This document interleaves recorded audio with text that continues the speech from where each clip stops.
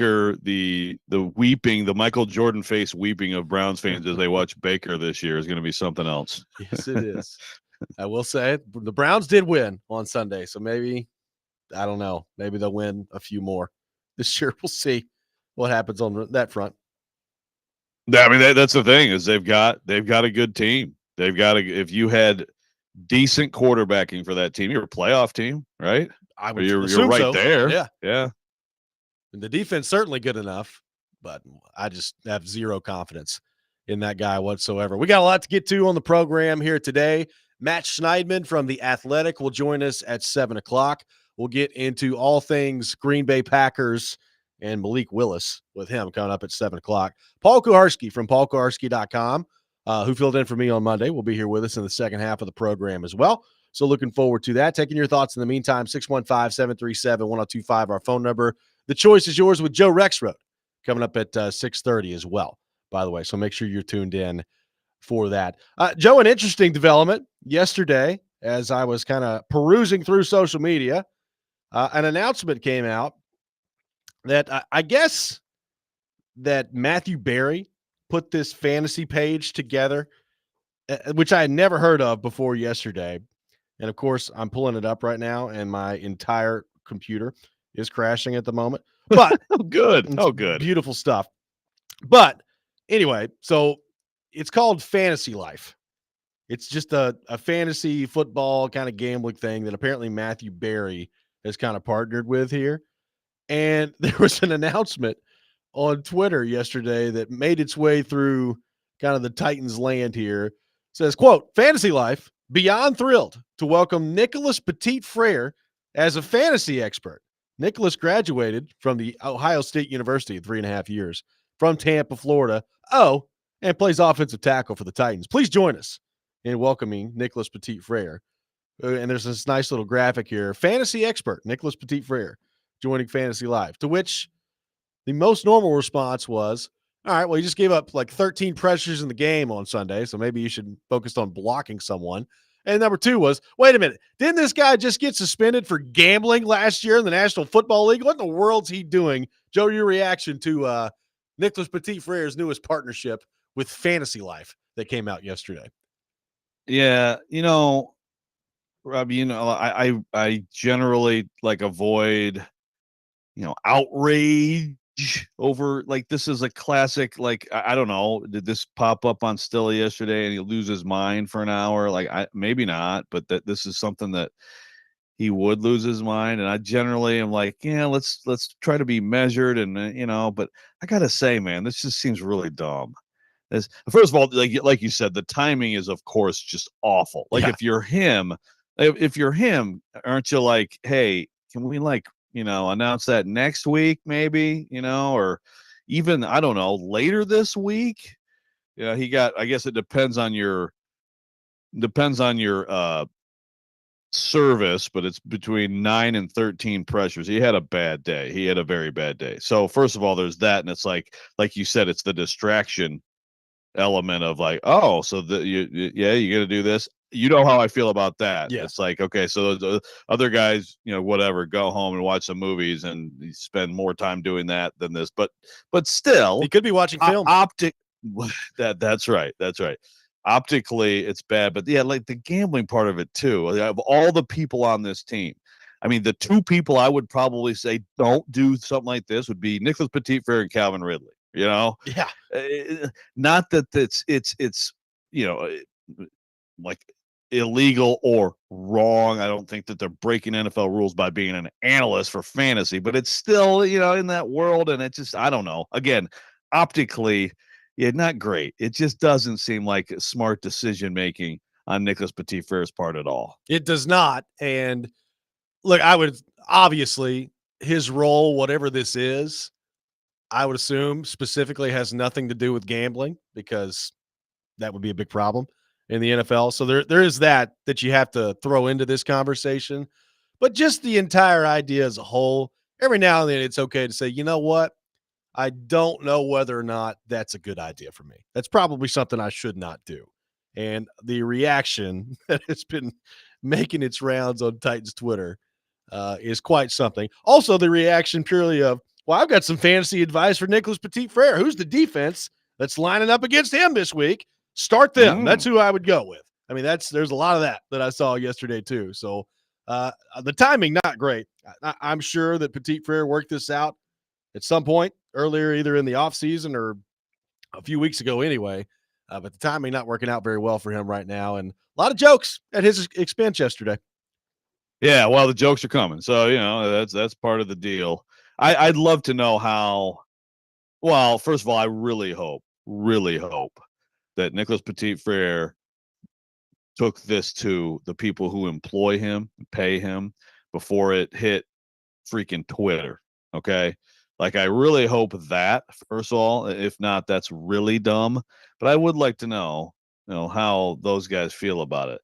Again, because I don't know. You tell me. I can't think of, and I may be missing something for sure. That's absolutely possible, but I just can't think of an active NFL player that I can recall, like, doing something along the lines of, being a fantasy football analyst in season while playing in the season. Yeah. I mean, I don't even really know what that means. Like, what's he going to do? Hop on like a podcast every week? Like, what does that mean? Like, I don't know what exactly is going on here. But I mean, look, it is a new age. We got a text now from Chuck on the text line saying, considering the NFL's marketing with gambling and marketing with fantasy football, don't you think this is a bit hypocritical? I mean, we talked about that when he got suspended. There's gambling everywhere you look, right? Like there's no doubt, gambling in sports and all these things. And it is important to remember that Petit-Frere got suspended for gambling at the Titans facility, not on NFL games, but on other sports. So there is no doubt about it, some level of hypocrisy here when it comes to just the whole conversation around this. Having said that, when you're the guy that's been suspended for gambling in the National Football League, it's probably a good idea while you're playing football to distance yourself from that, at least publicly, as much as you possibly can. That would be probably my advice. Yeah, exactly. Yes, absolutely. Chuck's right. And all of it is a joke, that like they have fully embraced all of the gambling money. And look, it's everywhere. Right. But at the same time, like, I mean, I think there are rules that you still should have rules for the people in your league. Right. I mean, the integrity of the product is awfully important. Yeah. Obviously every year forever in sports, it's, the refs cheated and, the league wants, LA and New York, to win and all that stuff. Like, people are always going to have conspiracy theories, but like, you actually have to have a legitimate product, So, I mean, I understand that. Is it hypocritical? Absolutely. Is Petit-Frere the last guy who should be looking to do something like this? Absolutely. Yeah. I mean, it's kind of one of those things where, like, I wonder, like, how does Brian Callahan feel about this today? Like, at the end of the day, it's really not that big of a deal in terms of preparing to win a football game, and the Titans are 0-2, and Brian Callahan's got more problems to worry about with this team right now than this. But I would imagine, like, this is one of those things that rolls across his desk whenever he's done doing, like, his film study for the day, where he looks at it and just says, huh? Like, what is this? Like, and look, I don't know if Brian Callahan found out about this yesterday or if this was something that Petit-Frere made the organization aware about whenever this deal came about, which I hope that he did. But like, I can't imagine that anybody over there is like overly thrilled with this. No, be interesting to, I imagine, I think, Callahan will talk today, I think. So be interesting to hear some of the reaction to it. Cause yeah, again, the someone does a commercial, someone, whatever, any sort of free time that's public. If things aren't going well, or players aren't playing well, or teams not doing well, then of course people are going to go to that and be like, why are you doing that instead of doing what you're supposed to do to give us better football, right? But of course anybody can have that time, but like you said, Robbie, like when it becomes a public thing, then you just increase the volume on that stuff, and you just create more distraction in the process, right? Even if that's not any kind of distraction that would stop you from preparing every week and doing your job to the fullest, it creates a distraction at large. You think PK will ask him for like fantasy advice at some point? Like, hey, who should I start this week?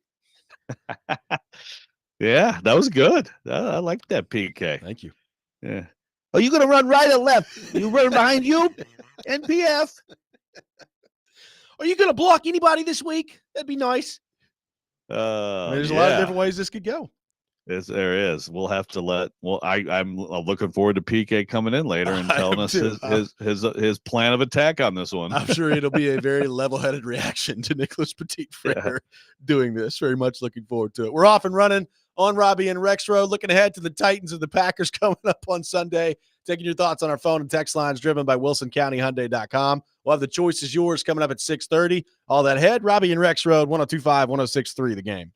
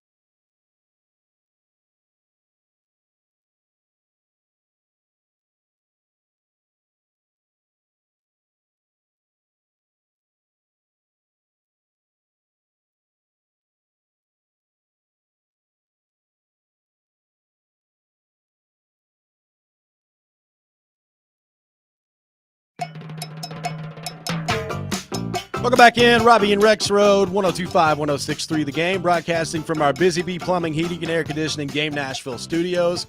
Home of the $99 yearly Beehive membership, where the buzz is always about great service. Taking your thoughts on the Titans.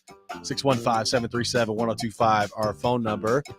Nicholas Petit-Frere, partnering with Fantasy Life as a fantasy football expert. Interesting choice. Let's go to our 102.5 The Game phone line, driven by WilsonCountyHyundai.com. Welcome in, Kenny the mailman. Kenny, good morning. Thanks for calling in. Good morning, fellas. Heading into work. I saw the announcement late last night about NPF, and I thought it was from the Onion or National Lampoon. Are y'all actually reporting that is a true story? Y'all stand by that? It's a true story. I can't believe it's a fair question on your part, Kenny.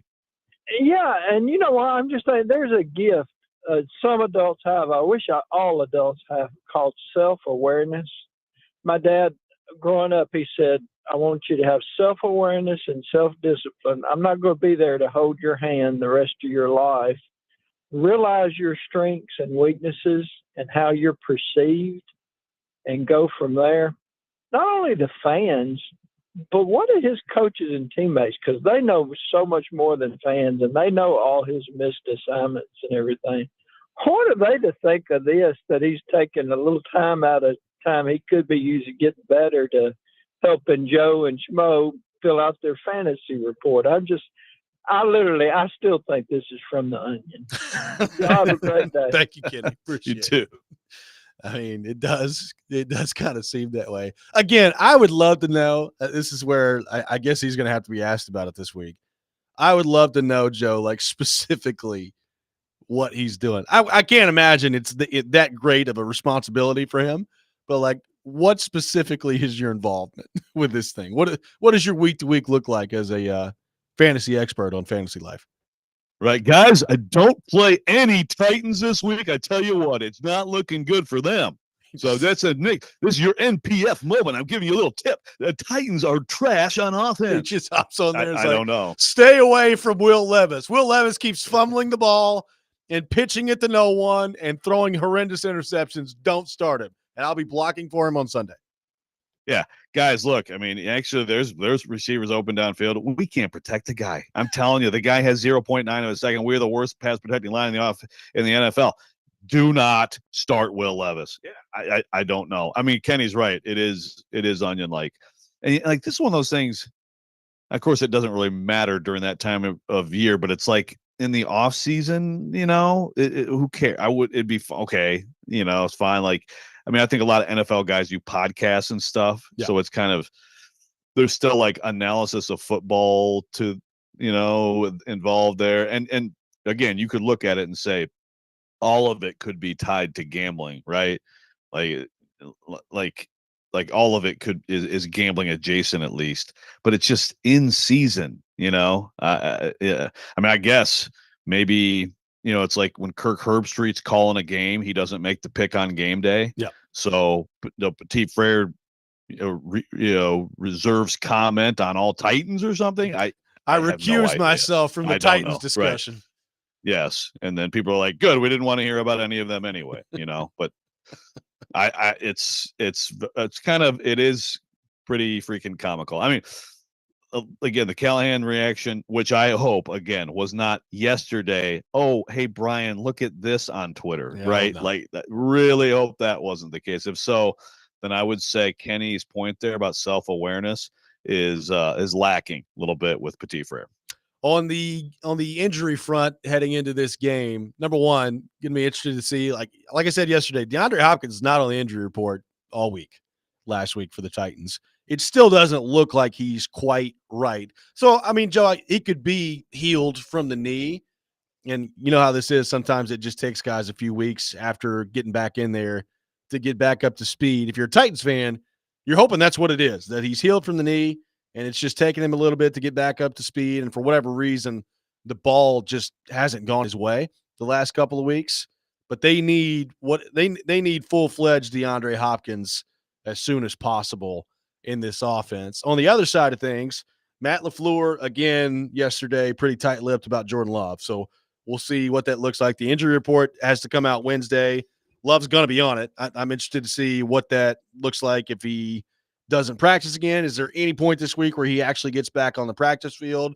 Is this all relative gamesmanship from LaFleur refusing to kind of put a timeline on Jordan Love? Because, people were asking about that last week, Joe. The NFL doesn't really want you playing around with these designations. Like, I don't know that you're giving Jordan Love a questionable designation on a Friday if you know deep down that there's just zero chance whatsoever that he plays. So I think the NFL would kind of frown on the gamesmanship part of it. And Rob Domofsky reported that there was actually serious consideration given to Jordan Love playing last week. So anyway, that's going to be really interesting to monitor this week. Is it actually going to be Malik on Sunday, or is there any legitimate chance that Jordan Love is going to be the quarterback for Green Bay on Sunday here at Nissan? Yeah, I'd be really surprised.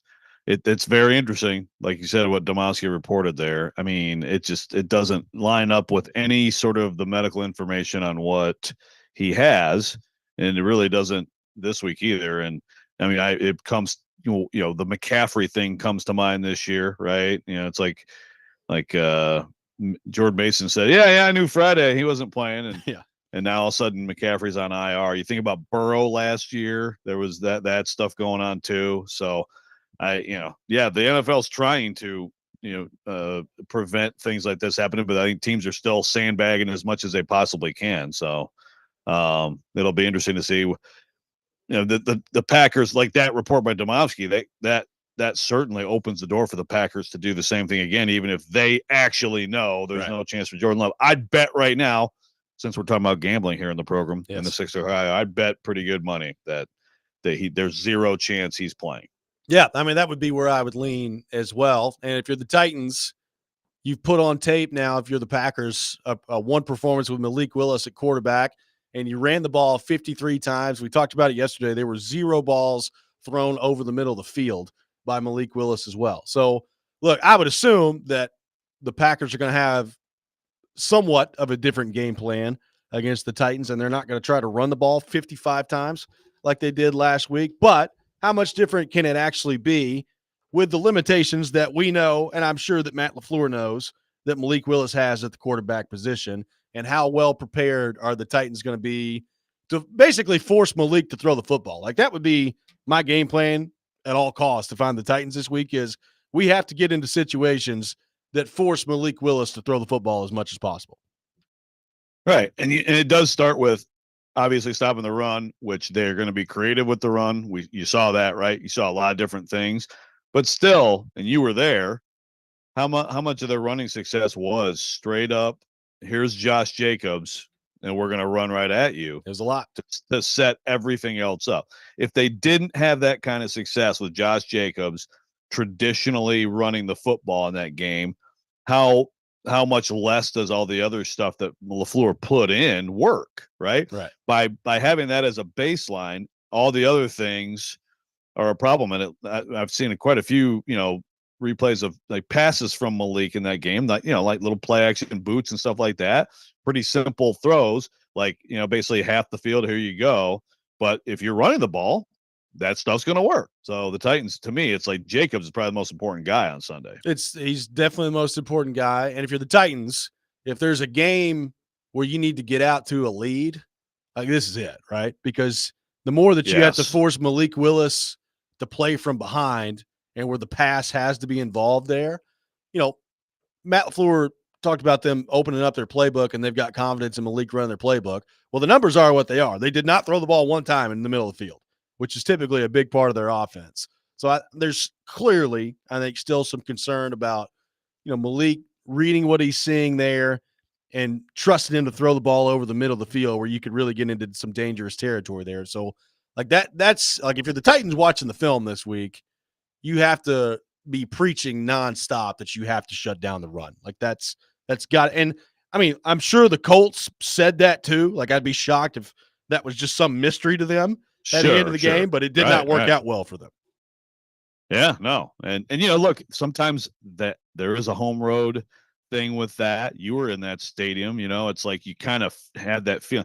What it kind of reminded me of was, I think back to Vrabel's second game Yep. when they had Gabbert, they had their tackles out, and they had to come up with all this stuff, including that fake punt, to somehow beat a very good Texans team with Deshaun Watson, right? And it was like the stadium, the home crowd gets into it, and it's like you feel like it's like this against all odds. Let's be creative and just play old school football and win. I do think it's probably harder, excuse me, to replicate that on the road, but we'll see. Got the choice is yours coming up next. Joe Rexrode in the questions chair. We'll do that. Encourage your participation, as always, on our text line driven by WilsonCountyHyundai.com. Robby and Rexrode, 102.5, 106.3, The Game.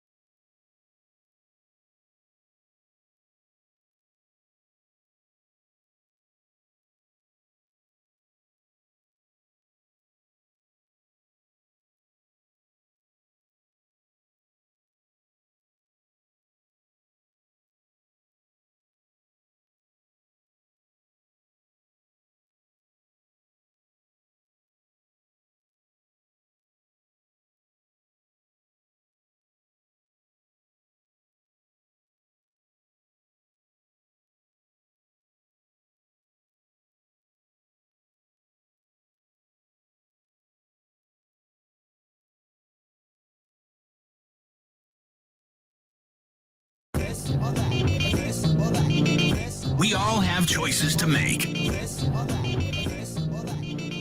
Like right now.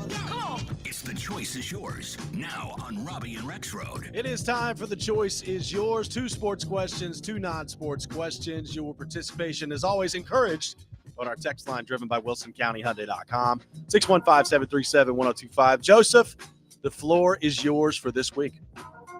All right. Well, sports or non-sports? Non-sports. Non-sports. Okay. I like it. All right. So the rest of your life, you have to sit there and watch a sitcom. This came to mind because the image just happened. You have to watch a sitcom on a loop every day. What are you choosing? I mean, it's going to be painful at some point, no matter what. But what are you choosing? You have to pick one sitcom on loop the rest of your life. I'm going That 70s Show for no other reason than Red Foreman is my spirit animal. And I don't know that it would get old watching Red Foreman that many times. I mean, look, the entire show I really like, but Red Foreman, one of my favorite television characters of all time. That 70s Show is my answer. That's a great one. I like that. I would like to pick The Big Bang Theory. I used to watch that Okay. all the time, and it was recorded on my family's DirecTV plan. And we always spent evenings watching that, whether it was together as a family at times or in our own rooms. But yes, Sheldon, the OG, what a guy. I was an enthusiast of that 70s show. Didn't really watch Big Bang Theory, but I know a lot of people who love it. And I know that was a good one. I got to go Seinfeld. I mean, It still makes me like, I still, the contest. I mean, like it still makes me laugh. So at some point it may make me angry, but I mean, I still, if it's on, like I have a hard time. I mean, to me, it was between Seinfeld and The Office. If we're counting The Office as a sitcom, I mean, I don't think it has to be a laugh track. It's close, but I'll go Seinfeld. All right, sports. Who do you consider the worst owner in sports history? Oh, man. Let me think about that. You go ahead. So, I mean, there's a lot of great possibilities. I won't name a lot of my honorable mention right now because you guys still have to answer. But, I mean, I have to go Daniel Snyder. You're talking about when he bought that Washington franchise from Jack Kent Cooke, who was really one of the most beloved owners in sports. It was a model franchise. Like Jack Kent Cooke's Washington Redskins, that Washington football team, like that was, they were up there in terms of consistency and just like, the good things you hear about the Rooneys and the Steelers, and franchises like that. And then Snyder, not only just an awful decision maker in the vein of like a David Tepper, but also just a disgusting human. I mean, just on every front, just horrific. So I got to go Dan. Dan. There's a lot of options here. The more you really think about it and get into it, I think I'm going to go Donald Sterling of the LA Clippers. I believe he also owned the Chargers, didn't he? Wasn't it Chargers and Clippers? Is that right? I think so. I'm not okay. I know the Clippers. I think there was a time. Clippers, yes. No, it's just the Clippers. Never mind. I'm totally making up the Chargers. Clippers.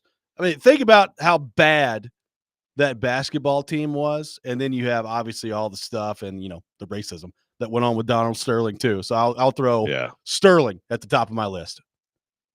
I had to look this up because I forgot his name, but the owner of the Oakland Athletics, John Fisher, one of the youngest founders of Gap, apparently. I did not know that. I found that out really quickly here. Yeah, sure. But yeah, they are playing in Sacramento this coming season. I think it's for the next 3 or 4 seasons, if I'm not mistaken. But yeah, he definitely drove that franchise into the ground. They've asked for hundreds of millions of dollars from Las Vegas as well. Things have just been very strange with him in that franchise. It's just a story bomb of just left after right of things happening horribly with all of them. So yeah, John Fisher with the Oakland Athletics. Yeah, it's been pretty bad. Some pretty bad decisions there. I think Marge Schott should have a real strong case here. George Steinbrenner. I mean, David Tepper's coming on. Yeah. Personally, William Clay Ford, I think, certainly deserves some love in this one. So a lot of good possibilities. All right, non-sports. We'll go back. Similar question, different question. But if you had the same thing, though, if you had to watch for the rest of your life a TV drama on a loop every day, What is your choice there? 24, which I guess counts as a drama. It's more like an Yeah, action drama, but 24, Jack Bauer, one of the greatest TV characters of all time. I've watched the entire show, I don't know, maybe 20 times. Never gets old. Wow. I'm going 24. That's, you know what? I always talk about stuff that you need to watch and movies and all that. That's a show that I just never watch, but I forget about it. But at some point, I need to watch it. It's good stuff. So honorary pick as well. Robert says Law and Order is a good one. So I too grew up kind of with that in the background with my parents, watching that before going to bed. But I would say for Well, me, it goes on forever and ever. So you'll always have new stuff. There's always That's a true. new episode. That's very, very true. I would say for me, I got into this in college. I liked watching Dexter. Just very interested by all of the thrilling, different dialogue that goes on between him and his victims, or if it's just all the other characters, especially Dokes. He's just insane. But they've kind of done some new Dexter things as well, so I would kind of tie that in as well. Yeah, we watched that for a couple of seasons. I thought it was good. Kind of faded on it, but it was. I think that's a good show. So I don't think this is the best TV drama, but my choice is Sopranos. Okay. And the reason is because Sopranos still makes me laugh so much. So it's a drama. Obviously, for anybody who doesn't watch it, it is one of the greatest dramas of all time. One of the greatest TV series of all time. I think the first season might be as good as any season of TV. I would say Breaking Bad or Better Call Saul are the best two dramas in my opinion, but Sopranos makes me laugh a lot, and so I need that if this is going to be, forced on me for the rest of my life. Okay, finally, sports.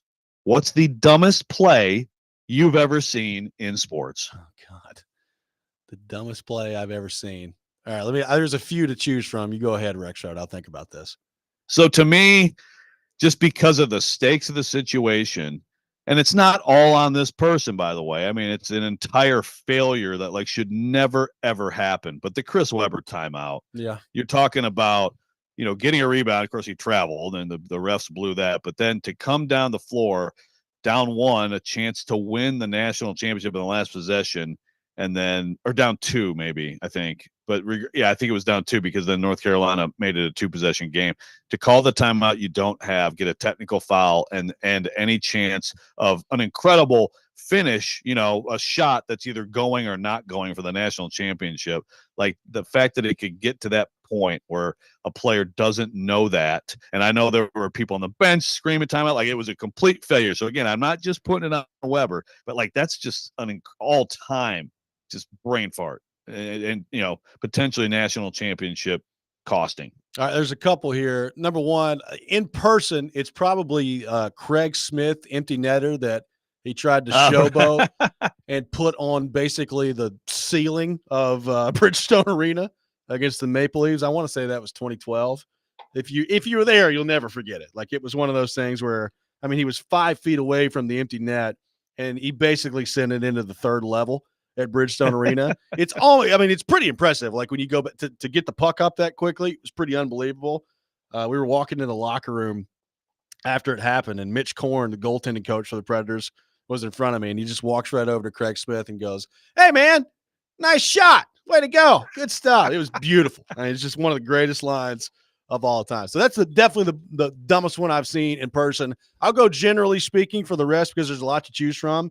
Anybody in today's day and age that still drops the football before the goal line trying to celebrate before they get in the end zone. It's happened so many times now that if it ever happens again, I think you should probably automatically be cut because it's happened so much. That's my honorary mention, Nicholas Keyser. Yeah, real quick. I had to refresh my memory here with what the play looked like, but Robby, you'll know this one pretty well. 2015 Cowboys and Packers, Des Bryant's catch that wasn't a catch. I remember seeing when that happened and had to kind of jog my memory. Like I said, he got a big old pass from Tony Romo, just under 5 minutes left in that game from that play clock that I saw. And I don't know if that was like a dumb play. It was dumb ruling. It was a dumb rule. Yeah, it was a dumb. Yes, of course you did. But I think an honorable mention as well is just run the damn ball, Seattle. Like, come on. That was my immediate thought here. That's a that's a strong contender. Absolutely. Yeah, that was an era in football when the completing the process. Like if you go back and watch Calvin Johnson's game-winning touchdown at Chicago, he seriously did everything but sign the ball and give it to a fan for the winning touchdown, and they went back and said he didn't complete the process. It is truly like it's way worse than the Des Bryant one. You know, it's like the season opener, so it's not as big a deal. But the whole completing the process era of the NFL, good God. Yeah, there's some thoughts. A lot of good stuff on the text line. Remember J.R. Smith in the NBA Finals for Cleveland, and that Oh, photo yeah. of LeBron just looking at him like, "What are you doing? What are you doing?" There's been some doozies. Got some Leon Lett in there. Oh, yeah. Leon Lett coming strong. Oh, yeah. 615-737-1025 is our phone number. Continue to take your thoughts on our text line, text line, not text lane. Although it'd be cool if we had one of those. The ever-evolving world of college sports taking another turn yesterday at the University of Tennessee. We'll get into that coming up next. Robby and Rexrode, 102.5, 106.3, The Game.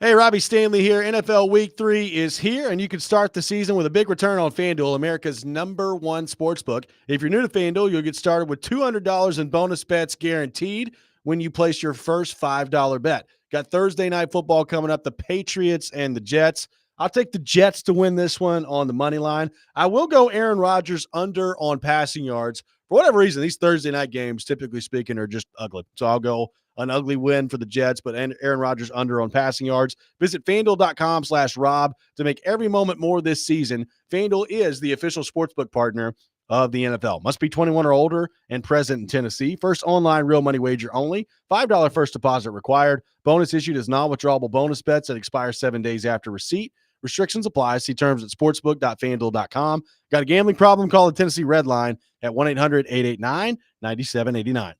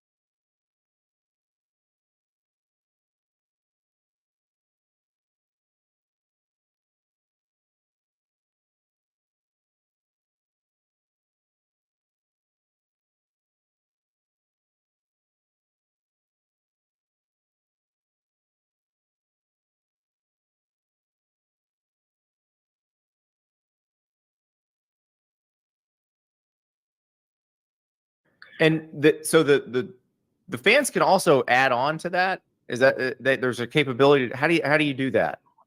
They can. It's just like if you go out to dinner and you have a great experience, they might have a 18% required gratuity or a tip, and you can add on to it. So they'll have the ability to add additional on top of the 10% to the talent fee for those that have the means and can do it. Our fans understand, and I've talked a lot about, there's never been as much of a relationship between competitiveness and resources there is right now in college athletics. Every single dollar matters, and I think we have the biggest and best fan base in all of sport. They do a phenomenal job of filling our venues, buying hats and T-shirts, and all the retail shops, all the different ways that they invest in our program. And this is another way that they can help us be more competitive. That's Danny White, Tennessee Athletic Director, on with Andy Staples of On3 Sports. Big news announced yesterday. Tennessee announcing a 10% talent fee that will be added to the cost of 2025 season tickets for football. So, Joe, I believe there's already an initial 4.5% increase on ticket prices anyway that Vols fans were already dealing with. Now you got the 10% talent fee added on top of it. And, Joe, we've talked about something like this before. I mean, this is not a huge surprise that something like this is coming, but Tennessee kind of the first one to really kind of lean into this. A lot of reaction to this yesterday on social media. What do you make of the 10% talent fee that will be added to football season tickets that the University of Tennessee is rolling out? Well, yeah, it's kind of however you want to dice this up, right? So if you want to just look at it in the old school way, look, Tennessee football is red hot. Tennessee football has a waiting list for season tickets. You know, we'll see how the rest of this year goes, but the excitement is, as you know, absolutely soaring. And so you could take that whole talent fee out and just say it this way: Tennessee on average is raising its season ticket prices by 14.5% next year. Yeah. And that's a big number. I mean, and this is where really I'd love to, maybe this is worth digging in on. I'd love to see someone give a breakdown, even if it's just like SEC, of season ticket, season ticket packages and prices, and compare the schools, right? Maybe Tennessee, because sometimes this happens. You've had a sort of a depressed era of football, and you haven't raised prices at the same rate that Bama has, that Georgia has, that these other programs that are having consistent success are doing. And so it's a little bit of a catch up. That is possible. Also, the 14.5% average, I do hope that when you break it down, it's a higher number frankly, for the rich people, and it's a lower number for people who are just trying to, work and make enough money and save enough money so they can go to the freaking Tennessee football games. Right. So, I mean, 14.5% is a big number. Making it this talent fee, I think it's smart of Tennessee to do this, and I think it absolutely will be copied and emulated. Yeah, because look, when it comes down to it, you're saying, look, you are directly impacting the product, and it is true that these schools are about to be, and I think it'll happen next year. Right now, the case has kind of been thrown back by Judge Claudia Wilkin, but I think they're going to get to this revenue sharing number, and I think it might be closer to 30 million than 20 million in the first year. So, the rich schools are going to try to figure it out with stuff like this, and a lot of other schools are going to cut sports. I mean, that's part of what's going to happen here. Well, and Danny White has always been proactive. Now, obviously, this is not ideal for the Tennessee season ticket holder, right? This is not something that you're overly excited about if you're a season ticket holder at Neyland Stadium. But we've talked about this with everything else in the landscape shifting towards NIL. The traditional model of the boosters really funding everything, I'm not saying that it's going away, because the boosters are still going to be really heavily involved when it comes to the money that football programs specifically are spending in the SEC. Having said that, if you're a booster, you're looking at this situation, Joe, and you're saying, all right, so you guys want us to continue to pay for facilities and continue to pay for coaching buyouts and all this other stuff. And now we got to pay the players on top of it. So it kind of feels like you're double dipping at that point. And we've asked the question, like, will there be less investment from programs and from boosters on facilities and things that used to be really important in terms of recruiting and keeping up and being at the top of that stuff? And will it shift more towards NIL and players now? And this is just kind of another wave of, it's not all coming from the boosters. The fans were going to be hit with this at some point, and now it looks like they are at Tennessee. Yeah, exactly. Yeah, I mean, donor fatigue absolutely is a very real thing.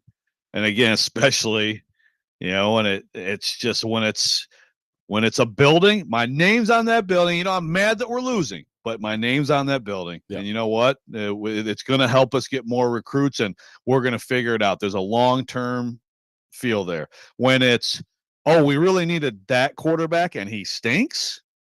Well, my money just got lit on fire. Yeah. Why am I going to keep doing this? It's just such a different, I mean, it's a challenge, it is a big time challenge. So yeah, unfortunately, like I said, working people who don't have all the money to just sit in a suite and just light it on fire. I mean, they are going to get hit more. And it's just, look, I get the exhaustion. I get the frustration for sure. Again, I will say, I think it was a smart move, even though a lot of the reaction was negative. I think it was a smart move by Tennessee to come out and say, yeah, we're going to create a stream here, and we're going to tell people this is for players, for the product. So you can come in this stadium and watch better players. You you don't have to be the rich booster to be involved in this. You get to be involved in this. It's like a GoFundMe, right? Like for players. So, I mean, I think you're going to see this. And again, it's Tennessee. It's like Tennessee ahead of the curve on the collective thing. Spire Sports is one of the first ones. Tennessee ahead of the curve on this too. And you're going to see copycats. No doubt about it. Yep, no doubt about that. 615-737-1025 is our phone number. 615-737-1025. Coming up next, we'll be joined by Matt Schneidman from The Athletic, who covers the Green Bay Packers. We'll get his thoughts on the matchup coming up on Sunday and the Malik Willis show at quarterback as well. All that coming up next. Robby and Rexrode, 102.5, 106.3, The Game.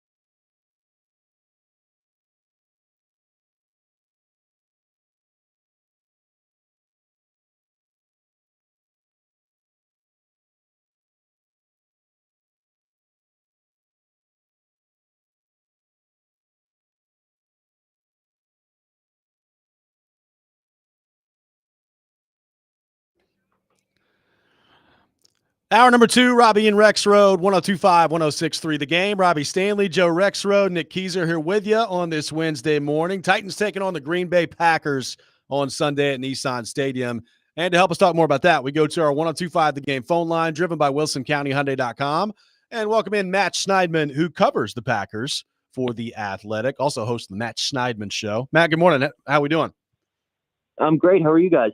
Really good. Appreciate you taking time to be with us this morning. So, Matt, the game plan for the Packers on Sunday against Indy, obviously they ran the ball a ton, ran it from pretty much every different way you can run the ball imaginable, 53 times. Malik Willis was efficient in the passing game, 12 of 14.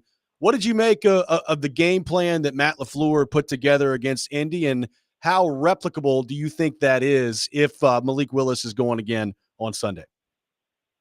Yeah, I thought it was a really solid game plan. I think a lot of credit should go to offensive coordinator Adam Stenavich. He doesn't call plays, obviously, with Matt LaFleur calling plays, but he's in charge of putting together the run plan for the week. And everybody knew the Packers were going to run the ball with Malik Willis at quarterback. With, Josh Jacobs ran it 32 times. I think they ran it 53 times altogether. 164 yards in the first quarter alone, which was the most in any quarter for any team since the 2011 Denver Broncos. But just the variety of looks they presented. They had wide receivers in the backfield. They had outside zone runs. They had misdirection. They had fake end arounds to inside zone runs. Like it was a very diverse plan that kept the Colts on their toes. And you're going to have to keep switching that up against the Titans, because now that you put it on tape, teams are going to know what's coming. And that's the challenge to replicating it if Malik Willis starts his second game. And I hope Jordan Love's healthy. I'm not wishing bad health on the kid, but a Malik Willis quote-unquote revenge game, even though he insists there's no chip on his shoulder, would be a great storyline this weekend. No question about it. Yeah. So what do you think, Matt, in terms of Jordan Love? It sounds like maybe Minnesota is a more realistic possibility for him. It seems that way. Jordan didn't practice at all last week, and Matt LaFleur said on Monday that ideally Love would practice this week if he were to play on Sunday, just because of the time he's missed. But Diana Rossini for us at The Athletic reported that week 4 is probably the most likely return date at home against the Vikings. Packers hope he can return this week, but that might be more of a pipe dream. I mean, he was questionable, and it seems from the outside that was more gamesmanship this past week. But listen, Matt LaFleur told the team media department that he would consider Love's knee injury more day-to-day than anything. So if he was day-to-day last week, you'd have to think this week would be in contention. But I still think Malik starts on Sunday. So what were your impressions of Malik and what you saw from him on Sunday? Obviously 12 of 14. They didn't ask him to do a ton, a lot of quick passes. He did throw a couple down the field. Great catch by Romeo Doubs down the field at a big-time play in the fourth quarter. But overall, what did you make of Malik Willis and his performance on Sunday? Yeah, he did what he had to do. Obviously, nothing spectacular. He was 12 for 14 for 122 and a touchdown. His best throw, I thought, was the touchdown throw where he got it past Kenny Moore, the Colts. I think he made the Pro Bowl last year, corner to Dontavian Wicks on the far sideline, and really fit it in a tight window, an inch slower, and it's a pick six the other way. So he did what he had to do. He scrambled a little bit with his legs. I think he had 6 scrambles for 40-something yards or something like that. Matt LaFleur after the game was very complimentary of how Malik had command of the offense, the stuff that doesn't show up on the stat sheet. They had a lot of long play calls, a lot of shifts, a lot of motions, a lot of funky run plays, and Malik had a good command of that. He'd been there for 19 days before he had to start. And that's the big reason why he got the lone game ball after the game. Josh Jacobs ran 32 times for 151. The defense stepped up, but Malik Willis got the game ball as a show of, we appreciate just how much you learned in your short time here to help this offense run. So was he the best player on the field on Sunday? No, I don't think so, but he certainly did enough to make the engine run. And I think with another week in the system, maybe they let him air it out a little bit more on Sunday. Yeah, it's a great story for sure. And I think, anybody here who was around him, certainly feels good for him. I mean, he always handled everything really well here. But you mentioned Josh Jacobs. The Packers have had a really good running game for a while with different guys, but Josh Jacobs was a guy I was really interested in this year. Like, how, where is he in his career? He has been one of the best backs. Is he still, how much tread still on the tires? Obviously, last week was a great performance. Is this what you've been seeing? I mean, how good is he right now? And what kind of a season are we talking about with Josh Jacobs here?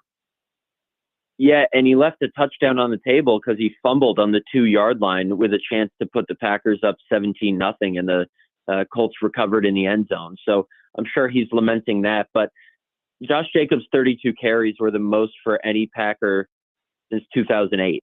And he is a true workhorse back, and that's kind of what they had in mind when they signed him and, in essence, exchanged Aaron Jones for him this offseason.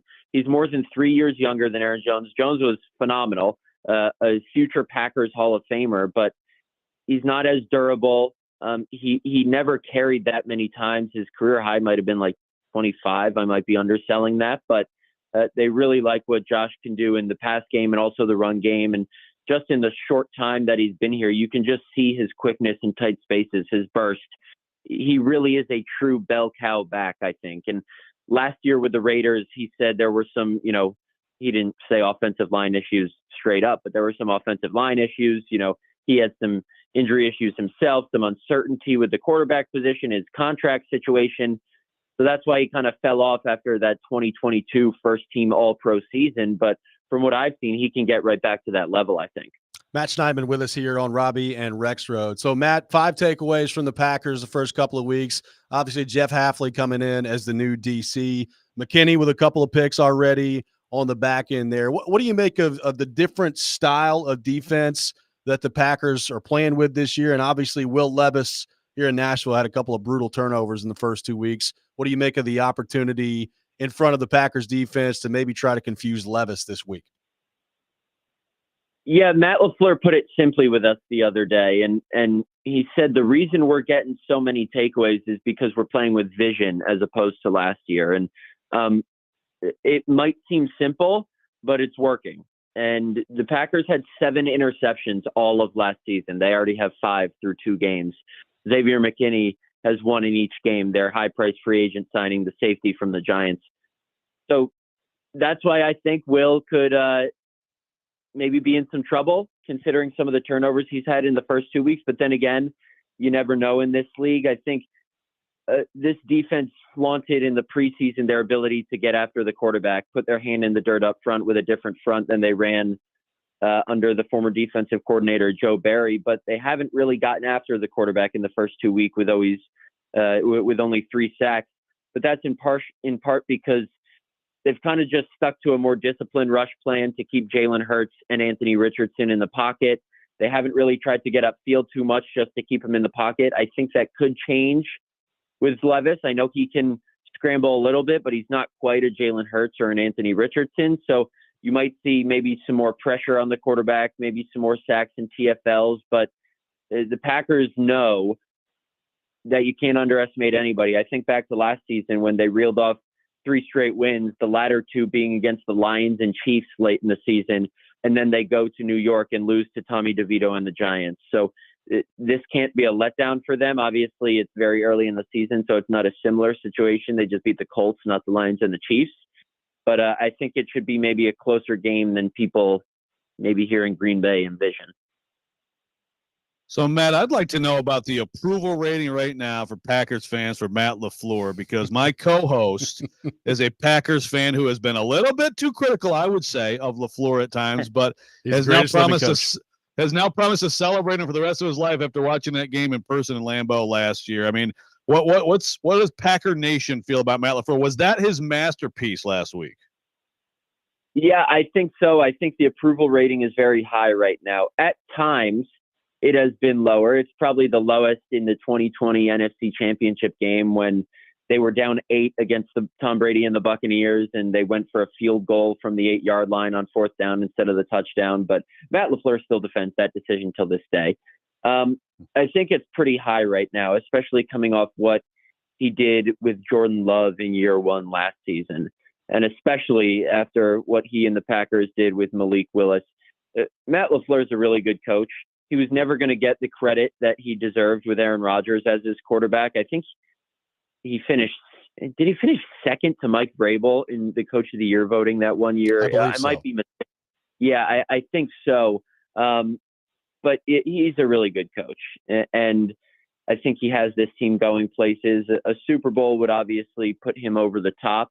They've been close. They've been to the NFC Championship game in each of his first 2 seasons as head coach, and then they went to the playoffs and then missed the playoffs, and then last year, obviously, a surprise playoff appearance.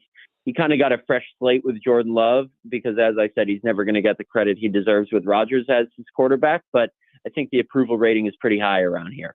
I've always loved Matt LaFleur. I don't know what Rexrode's talking about. Matt, really appreciate you taking time to be with us this morning, and looking forward to seeing you on Sunday.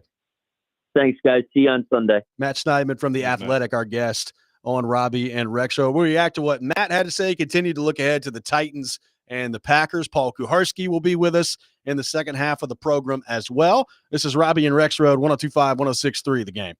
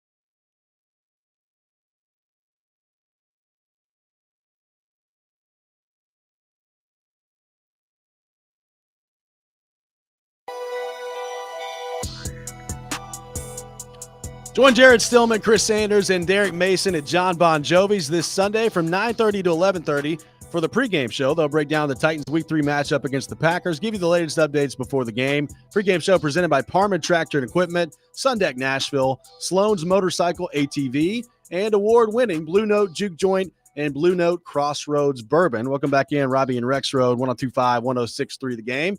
Appreciate Matt Schneidman for being with us in the last segment. Seems like there's at least some thought, Joe, that Jordan Love could try to give it a go this week. Schneidman did not totally shut that down, but I believe, I think everybody is rooting for Malik Willis versus Will Levis coming up this week. We need to see it. Yeah. Like I said, man, we're talking about betting here on the program. Shout out to Nicholas Petit-Frere. If you put this in front of me, I push the chips in. Okay. If I'm the Packers, of course I want people to think that. Of course I want the Titans to be like, but what if it is Jordan Love? They're not going to do any of this stuff. They're not, so what do they do with Jordan Love? You want to absolutely waste their time and not let them zero in on some of the creative little runs that you had last week and formations you had last week. So I would be pushing that as much as I possibly could, but Malik Willis will start Sunday. What if he airs it out? I mean, what if Malik Willis throws the ball 25, 30 times and the Packers win? Like, I'm trying to imagine like DEFCON 1 scenario for the Titans. Yeah. We've talked about this. Like Monday has the potential to be one of those days. Like, look back at some of the Wisenhunt years, obviously a different scenario, but the Monday after the Cincinnati game, I mean, there have been some doozies over the years with the Titans in terms of like fan reaction on a Monday. This Monday's got a chance to be that if they lose to Malik freaking Willis as quarterback.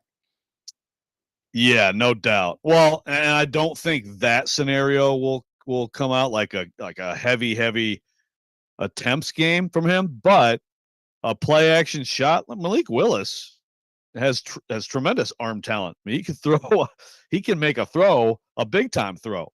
I mean, it's the question of, the quick decisions and getting it out on time and all that stuff. If you're kind of, traditionally passing the ball in an obvious drop back situation, but a play action shot, if that run game's working some, absolutely, I could see that, and I could see that being the difference. So, it's interesting too, Robby. Like talking to Matt, I think people should get used to this, although I still don't necessarily think it's the case, but maybe it will prove it. The way Schneidman talked about this game, it's the Packers and the they're viewing this. This is one of the bad teams. This is one of the bottom feeders in the NFL, and it's like you can't lose this game. That's what everybody, until the Titans demonstrate otherwise, that they should be taken more seriously, even though they could be 2-0 right now.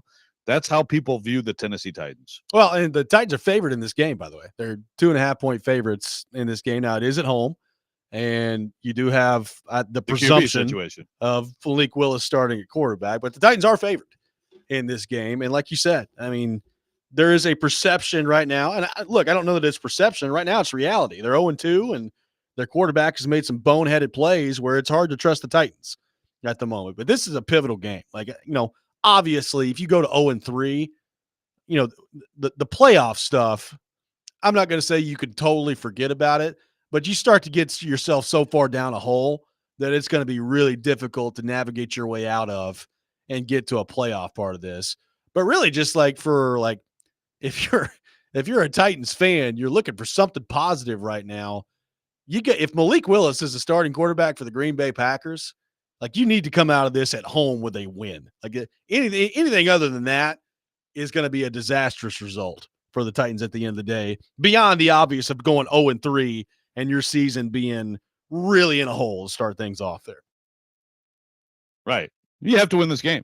And the thing is, you go from this to Miami and Skylar Thompson. Yep. Unless they do something different, but that right now, Tua is on IR, so for sure he won't play. So you go from this one to Skylar Thompson in Miami, and then you come home for a Colts team that looks like about as bad as you are right now, and will not have DeForest Buckner, who just went on IR also. Yep. So, like, you could flip it around and say, now, granted, if it starts going the Titans' way and they start figuring out a way to win games, then we're going to look at it and say, what position could they be in right now, if not for the absolute absurdity of death turnovers combined with punt blocks in the first 2 weeks. But still, this is an opportunity to get your head above water. It's right there in front of you. Now, we brought this up with Schneidman. The Packers have taken the ball away a lot through the first 2 weeks. So, like, if you're Will Levis and the Titans offense this week, that's something that you've got to be aware of. Like, you have to that's how the Packers win the game. If Malik Willis is the quarterback, is you giving them the football. If you turn the football over, that's how the Packers are going to win this game. If you're Will Levis. So there's always an emphasis on protecting the football, particularly in this game, like in what is probably going to be a low-scoring affair. If Malik Willis is the quarterback for the other team, you can't have turnovers if you're Will Levis and the Titans offense. You can't be giving away possessions that you've got. And Packers have 5 picks through 2 games. Will Levis got to protect football this week. Totally agree. I'm going to call a shot right now. Will Levis has no turnovers on Sunday. But here's the thing. I said it earlier this week. There is also the other side of this, which is you become so careful that you're missing plays. That's the danger. I mean, this league, you have to make some tight window throws. You have to take some chances. Usually, this is a game where you should be able to if your defense gets Malik Willis and is on the stud, doesn't let Josh Jacobs just go nuts and run all over them, which I think this defense is equipped to do, then you are absolutely in a position of manage the game, don't turn it over. It should be good enough. But I think also you can become too careful. And I think I know people laugh at that because it's like, too careful. Just stop doing outrageous stuff. I get it. But I think you have to find the balance. I'm gonna call this shot that he doesn't turn over. It doesn't mean he'll have a good game. Will there be some plays sacrificed by being so careful? But I think the Titans would take that in this game because that should be good enough. I'll tell you another thing. We've talked about, Amy Adams Strunk and just the mindset. Like if the Titans go out there and lose to Malik Willis, beyond the win or the loss, I'll tell you another thing. If we're sitting here on Monday morning, Joe, and we're talking about 3 games in a row where the Titans get a freaking punt blocked, like I don't even know. I don't even know how to address it. Like I don't even know what to say at that point. And I know like it would be 3 games into this new coaching staff there, but like I'm not above firing somebody 3 games in if you get punts blocked in 3 consecutive games, which as I said yesterday, teams go a decade without getting a punt blocked, and the Titans have found their way in the first 2 games to get one blocked. If we're sitting here Monday morning talking about another punt block, I mean, all bets are off. Fire everybody. Fire the whole organization. Start from scratch. I'd consider it. I mean, I would say if they get pressure on a punt Sunday, it should be infuriating, right? I mean, like don't cover the punt if you have to. That ought to be all the special teams coaches are doing this week is figuring out how to protect the punter. I mean, my gosh, no, I mean that's a stat I'd love to have. I'm gonna search it up. NFL teams ever that have had punts blocked 3 straight games. Again, it has to be like the Portsmouth Spartans. I mean, seriously, like it cannot be in modern football a thing. 615-737-1025, our phone number. More of your thoughts on the Titans and the Packers coming up next. Tune in to 1025-1063 The Game this Saturday at 7 o'clock for our college football game of the week. Baylor taking on Colorado, presented by Twin Peaks Restaurants. Take your tailgate to Twin Peaks, home of 29-degree drafts and wall-to-wall sports. This is Robby and Rexrode, 1025-1063 The Game.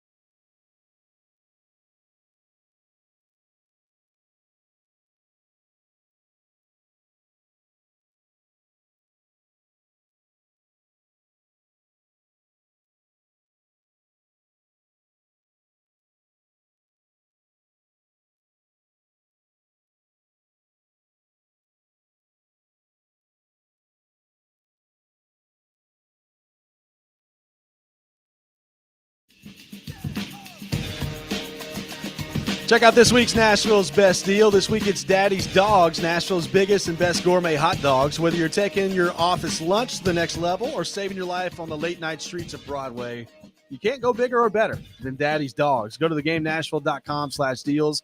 Get a $25 gift card for half price while supplies last. Welcome back in, Robby and Rexrode. Paul Kuharski from paulkuharski.com is with us on the program. PK, good morning. What's going on? Good morning. Welcome back. Thank Good you. to see you. Good to see you. Yeah, I enjoyed the conversation coming in. I texted Coach LaFleur. I told him if he comes in here and wins with Malik, Nashville will burn. I honestly can't think of a game, and I don't have great game by game memory or anything like that. But it's hard to or day by day memory. Yeah, well, that's another story. Short term, long term. Hey, dementia runs in my family, so don't joke. I like throwing that at you every time you make way fun to be an a-hole. Yeah. Okay. His face just immediately. I mean, the consequences of losing this game, there have been plenty of games that had playoff consequences and all of that. But if you lose to a quarterback that you drafted and in turn disliked very much, and he comes in here and they find a way to beat you with him over the guy that you drafted, with higher standing and all of that. And it's your third loss to open a new regime and all of that. It's just going to be really, really ugly. It would be a great week in sports radio. Oh yeah. Well, I was going to say, Liz, I mean, it's got the opportunity to be an all-time pitchfork type of Monday. Like, the playoff losses, like when they lost to Baltimore in I guess it would be technically 09, but the 08 season, Cincinnati, obviously the playoff loss. Like they've had some brutal the Colts losses, game at the end of the season when Mariota didn't play. That was a bad franchise moment. And they've had some other low point moments where Mettenberger when he got sacked 1,000 times against J.J. Watt and the Texans on the road. Like there have been some Will bad Spitek against moments. J.J. Watt. That went really well. But like this is a really, I think, unique situation lined up on Sunday here with Malik Willis. And the run defense, to me, this game, you guys are joking about Malik throwing 30 times. I mean, they have to stop the run. They're equipped to stop the run. They have to, in some way, shape, or form, get this game on Willis. And then you have to expect that they know who Willis is and what Willis will do. And look, Will Levis has made some major mistakes. We've seen Malik Willis make some major mistakes, and I think we all think we know who he is, no matter how well Matt LaFleur has coached him. So what did LaFleur say back? Did give us some? No, I didn't hear back. Talk. I didn't hear back from him. And typically, most of these coaches that I know in a game week when they're playing the Titans, I wouldn't hear back. And that was to kind of set things up to talk to him after a game if it goes his direction on Sunday or Monday. Hey, did you send him any locker room videos? He's trying to get you back for making him feel bad earlier. How did I make him feel bad? Yeah, we have dementia. I have dementia in my family too, so I don't feel bad. Yeah, but why are you not here? because the missus is out of town, and I have to make sure that the teenagers get to school. One of them, no concern at all. One of them, it works out fine. I mean, is this a thing that's been contractually discussed that you could just broadcast from home when your kids are irresponsible? I mean, Chase broadcasts from Vegas half the time. Who cares? I think it's a lesser show. Doesn't Chase do the show on camera? Doesn't Chase do the show from like the Luxor, Robby? You worry about your show. I'm just saying. I think this is just fine. Yeah, I don't. It's a little jagged. I don't have to look at you. I just have to hear you. It's actually a good deal for all parties. You could have looked at each other twice this week. I mean, it would have been a great time for you. Since we did have a nice Monday. A lovely Monday. Rave reviews came in from Monday. Lots of That's right. Rave reviews. We were just talking about this, PK. If we're sitting in here Monday morning talking about a third straight game where the Titans get a punt blocked, which seems unfathomable. Or Joe could be sitting at home. Well, it could be to school. Could be. It seems unfathomable that it would even enter the conversation that they could have a third straight game of a punt blocked. But I'm telling you, man, like if that happens again, I don't even know how to start to address it at that point. I mean, ownership's got to get involved at that point, and I think it's the last thing she would want to do. I might ask Callahan today if he heard from her Monday about it, but yeah, it just can't happen. I mean, it's the guys blowing the plays, but he's coaching the guys who are blowing the plays. And he was really, Colt Anderson, unprepared for tough questions about things falling apart in the first game. But we and 22 when a team's had back-to-back games with punt blocks, Washington, and they went to the playoffs that year. So do you have a 3 straight stat? I will look football, for it. Right? I will be looking for it. There's no way that exists in modern football. I can't believe it. I mean, it's hard. I need that stat. I will be looking for it. It's hard to even And look, that is, Nick Folk has been fine, obviously. But like, I have not been overly impressed with the Jaquan Jackson experience to this point in the return game. Like, there are other issues on special teams, but the punt block is overshadowing it so much that, I mean, you can't even get a punt off anymore with Stonehouse, that it's become such a huge problem here. Like, it's unfathomable to me that, number one, Levis did the same thing he did in week 1, where he's got the stupid turnover and you get another punt blocked. Like that, you've got to be spending all your time this week, if you're Colt Anderson, figuring out the punt protection and making sure that nothing goes wrong there again. And BK, you brought it up after week 1. Like, this is where the bottom of your roster, when it's not quite up to par, it can really hurt you. And maybe we're seeing the results of that right now with the Titans on the special teams part of things. Yeah, they have a little bit of room to churn the guys at the bottom of the roster. I don't know if James Williams is going to help you there in a way that Julius Chestnut and Jack Gibbons didn't. But there's room for second guessing the Hassan Haskins out and Julius Chestnut in. Elijah Molden was a pretty good special teams player. Did they undervalue that stuff? I don't know. I tend to think that it gets overvalued, but now it's looking undervalued for sure.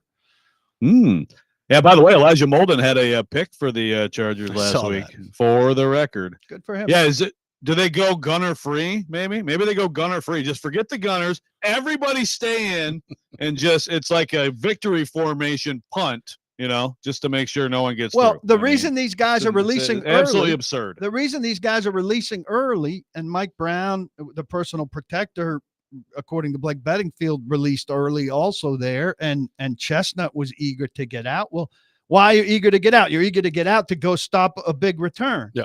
Now, they gave up 11.7 average, which isn't great, but it's not a death blow. So you're so eager to go stop the 11.7 that you say, well, forget about protecting the punt. I mean, what's the logic there? That's a stupid play. Well, I want to it's got to be in the mind of stuff like the injury by itself. I think you start to get worried about Stonehouse anyway, just in terms of his approach. But how long before this just affects the way he punts, right? Like when he's worried to death about getting his leg taken off every time he drops back to punt the ball. I mean, he came off the field with his hands out, kind of shrugging, looking like he was saying WTF, much the way Callahan said WTF when Levis came off the field after the giveaway. So, it's got to be cleaned up, and they have to prove that they can clean something up. They needed to prove they could clean something up the first week. So, I mean, we've all said after that first game that they couldn't clean up Levis's mindset to the degree that he wasn't tempted to do something similar, and that they couldn't clean up the punt protection that they didn't do something similar. Makes you question their ability to get a message through, but makes you question too Levis's mindset and the capabilities of the guys they're asking to protect the punt. Let's go to our 1025 The Game phone line, driven by WilsonCountyHyundai.com. Welcome in Adam in Portland. Adam, good morning. Thanks for calling in. I feel like this is overcomplicated, Robby, man. Like if it's a practice squad player that's allowing this to happen, do you not think there are 10 other guys on the practice squad that are like, I've never allowed a punt block in my life. Let me in. Like, it seems like an easy one. Fire everybody. Dude, our punter is probably our best player, and you're going to get him hurt. I just don't understand. And I heard, and I don't know if you guys can verify this or not, but I heard the Jets only had 10 players on the field when they blocked that punt, which is insane I had to not think heard about. that. But Julius yeah, Chestnut's not a practice squad player. He's a notch more than that. He's your third running back. Jack Gibbons was started that game at inside linebacker. Now he's lost that job, thankfully. But I mean, those guys are better than practice squad players, don't you think? But PK, like Yes. they're replaceable. They're replaceable, right? Like all these. It but with doesn't really who? matter. Like if you make that mistake and you're going to kill your team, which both of those punt blocks killed your team, then yeah, get them off the field, man. Like you missed your opportunity. Yeah, Even but if you your are better, mistake you missed is your opportunity. Your mistake is thinking that they've got guys on the practice squad who are better. This team's depth is poor. So those guys are depth. Chestnut and Gibbons now are qualify as depth. The depth behind the depth is bad. Those players behind those guys are worse, not better. I will argue, though, to Thanks for Adam's calling. point, I bet you the depth behind those guys could still come in and not say, here you go, hit the punter. Well, the one thing I'll say, and I agree, Chestnut is better than a practice squad level player. But, you've made the decision, I think, clearly to go with a guy that is a more skilled runner as your third quarterback, potentially at the sacrifice of the special teams. Yeah. Was that the right decision? Does he end up over the course of the season giving you more as a third running back, which means Pollard or Spears misses some time to make up for those 3 points and whatever other special teams yardage he helps give up? Right now, it's hard to imagine that, but over the course of 17 games, maybe it comes to fruition. We'll have the Rex Rant with Joe Rexrode coming up next. Take your thoughts on the Titans, your questions for PK. 615-737-1025 is our phone number. Robby and Rexrode, 1025-1063, the game.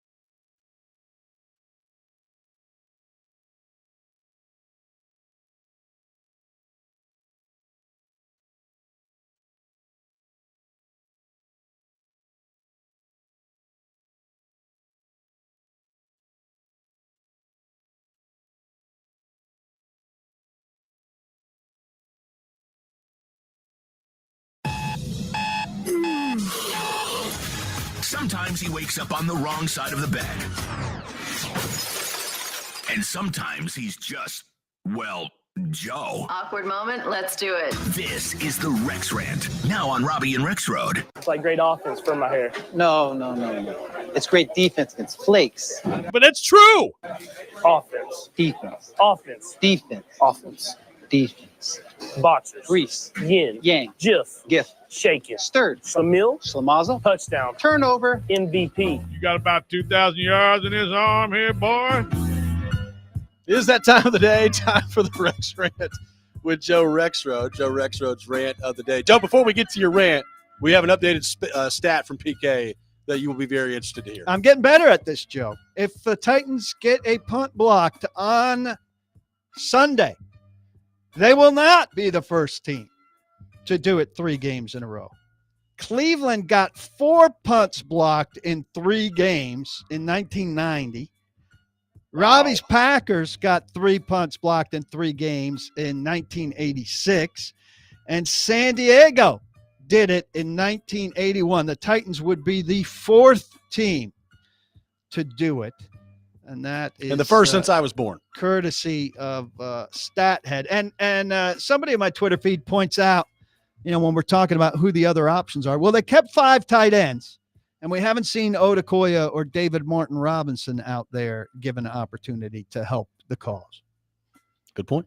Yeah, DMR. Well, I tell you what, this training camp, and look, I'd have him on my roster too, but great example of training camp, not translating to the season. Good stats there, PK. Yeah, they did play like 83% 3 wide in this last game. So we told you that, like, keeping 5 tight ends does not fit what they're going to do, and it's played out that way.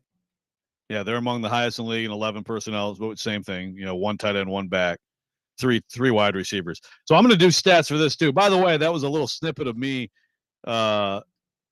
impersonating the old man from Dazed and Confused talking to Pink, who, a movie that somehow PK has never watched because he thinks it's just about weed. You act like that movie's The Godfather and everybody should know it like backwards and forwards.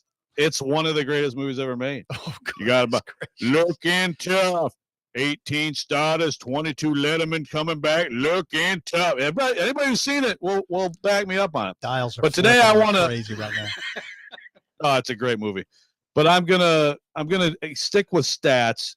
This happens a lot, but this one really got me fired up. So I got a shout out. I'm basically just gonna read a Bill Barnwell Twitter thread. Now, before I do that, I like Bill Barnwell. I always have to check with PK. Oh yeah, Bill Barnwell. Oh, he and I wrestled at a buffet one time. I hate that guy. I want to make sure. No, I'm good? pals with Bill Barnwell, and Bill Barnwell subscribed to my site the day it came out. Super talented guy. Got along with him great when we worked together at ESPN. Enjoy seeing him at the combine every year. Blah blah blah. That's great to hear. Okay, so Bill Barnwell. So first of all, I saw a stat, and you guys may have seen it too. I know I saw this number. The Mahomes thing, he throws the pass, and it's the Bengals think they won, but they lost because it was a PI. It was absolutely a PI. I mean, the guy got there late and blasted him in the back. There's no question with the PI. But I saw a stat where someone said that Mahomes has had 53 picks overturned in his career by penalty. No way, that's a real number. 53. So I don't know where the hell that came from, but the actual number is 17. Okay, which is still that's a number. That's no small thing. Okay, fine. So as Barnwell says at the top of this thread, the bad faith use of data, and it's just what it is. So first of all, 1 point to make on that, he has the most passes over the time frame. We're talking about start of 2018, right, when he started becoming the starter. 3,600 pass attempts. Also, so he has, so that's one thing that you have to keep in mind. He has thrown it more than anybody in the league, so he's had more opportunities. But I think the big thing with this stat is, of those 17, 8 of them were free plays. Yeah. So Mahomes. So again, we think you hear that number, you're like, oh my God, they keep calling PIs to bail him out. Half of those picks, almost, were he does a good job of a hard count, which he does. He's no Aaron Rodgers, but he's pretty freaking good. at the hard count, gets a free play. And so then so what do you do on a free play? You're going to wing it up there. Well, the chance of an interception on a free play go way up because you're whoever is going vertical, I'm just going to throw it up there and let's see what happens, right? So we've already blown this up. But the amazing thing about this, and Barnwell has a tweet after tweet after tweet. There's an unnecessary. Yeah. Thank you. I already said that. All these different things. The best part about this is that if you eliminate all that, Joe Burrow has 8 overturned. That's in that time. Now, of course, he wasn't here, but Joe Burrow has 8. Okay, and that's 1966 pass attempts. So, in other words, Joe Burrow per attempt actually has more overturned by penalty. And of course, this is all Bengals Nation freaking out about conspiracy, and their guy has more overturned on average, which is I just like, applause for Bill Barnwell, because when you get into these things, it's already a good find on the offsides and everything. But to actually come up with more often has his stuff bailed out is absolutely chef's kiss. Well done, Bill Barnwell. So you're a Chiefs bobo. This was good. No, I'm not a Chiefs bobo, but what I am is this is we need this all the time. We need people whose job is to just do this. When someone finds something and then it becomes this huge, let's see all these pictures of Mahomes and a ref kissing or whatever, we need someone whose job is just to debunk stupid crap like this. So I appreciate it. It was great debunking. I tweeted to him, great job last night when I saw it, and he liked it. So I know he saw it. But as you frame this, you can say, great job, Bill Barnwell. But what you have to do is bash the idiots who are doing it. That makes it more ranty and less praisey. We got to shut up. refocus Shut your it mouth. and make it a What rant. you think about a rant. I don't care what you think about a rant. Shut up. Seriously. I don't care. That's more no like one it. cares. Thank you. I think everyone cares because it's called the rant. So just make it Again, it's a good subject matter, and there's somebody to be ranted at in the framework of the subject matter. So just remember when you have it done to say who am I ranting at? Long fuse. 615-737-1025. Our phone number 615-737-1025. We'll look ahead to the Titans and Packers, get into all things Tennessee Titans with Paul Kuharsky over the next hour. Welcome your questions, as always, on our text line driven by WilsonCountyHyundai.com. Tune in to 93.3 Totally Hits Nashville this Saturday for MTSU football. Blue Raiders taking on Duke at Floyd Stadium. Pregame at 1:30, kickoff at 3 o'clock. Coverage also available on the 93.3 FM Totally Hits Nashville app and at TotallyHitsNashville.com. This is Robby and Rexrode, 102.5, 106.3 The Game.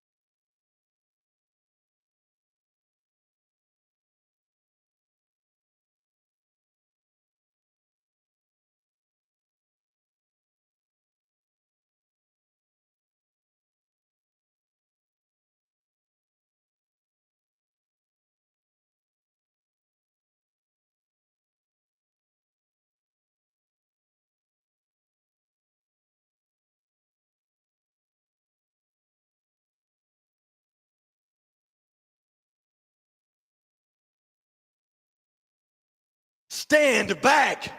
There's a hurricane coming through.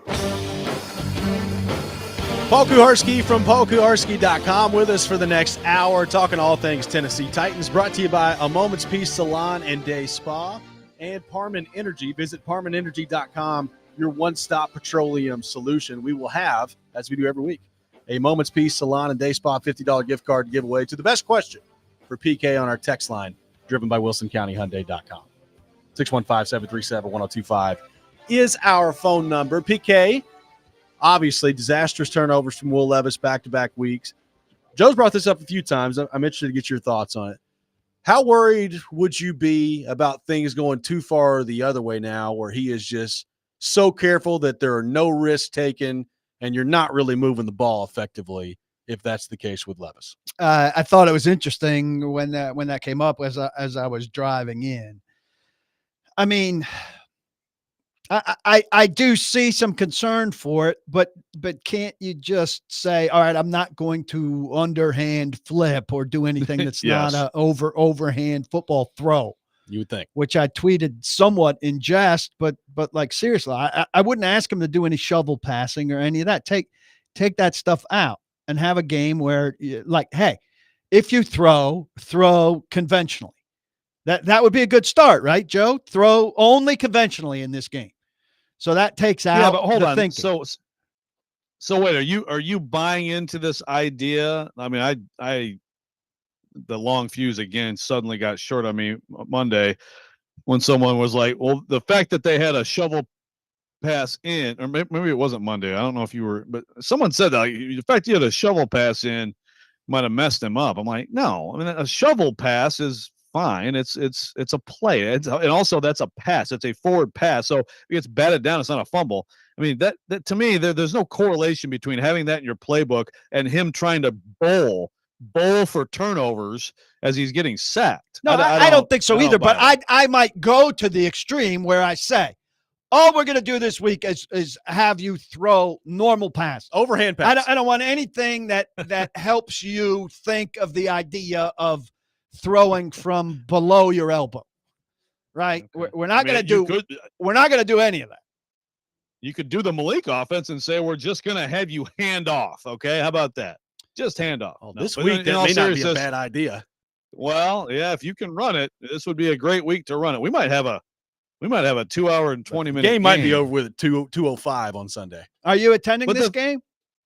I will be. Yes, excellent. You will be graced again. With I my always presence. like having you lucky dog. 2 seats away. It's great. The Breakfast Club before the game is the highlight. But look, he's got to be able. Now it'll be his 12th start. He's got to be able to strip that stuff out without becoming overly conservative. And they're asking him to be relatively conservative, right? Master the mundane and all of that stuff. I don't think he's got a problem. I mean, it hasn't been a problem, the deep stuff. Ridley dropped one. The other one snuck through for the 40-yard touchdown. The Burks play was Burks' fault. Those haven't been part of the issue. And the plays he's making the mistakes on are not plays like that. They're little plays. They're part of what should be the mundane, so mundane that there should be sacks. So Brian Callahan will never come out and say this, at least I don't think, although he said some things that I've been very grateful for in terms of a post-game press conference. I do wonder, though, like the way the first 2 games have gone, his reaction to the play on Sunday with the Jets, internally, if you're Brian Callahan, how much of what you've seen through the first 2 games from Will Levis is causing you to say, man, I don't know. Like, I felt really good about this guy heading into the season. I think all that was genuine. Like, I don't think it was Brian Callahan just hyping a quarterback up heading into the year. I think he legitimately felt really good about him heading into the year.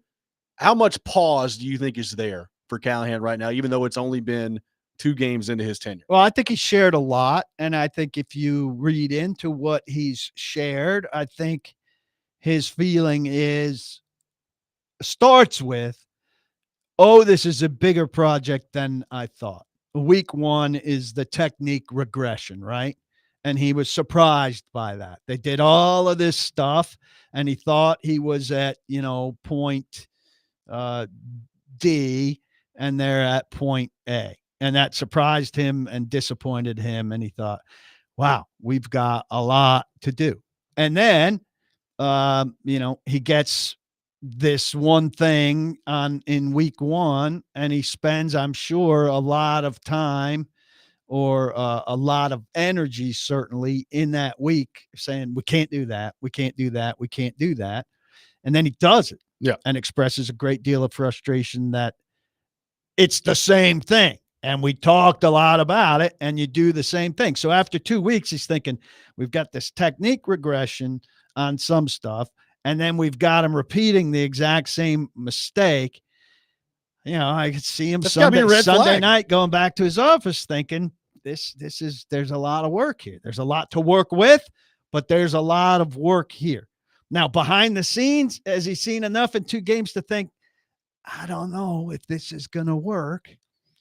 I would think it's still early for him to be thinking that. But, Joe, you think that there's in the back of his head, he's having a conversation with Nick and with his dad saying, I don't know, we might not have it.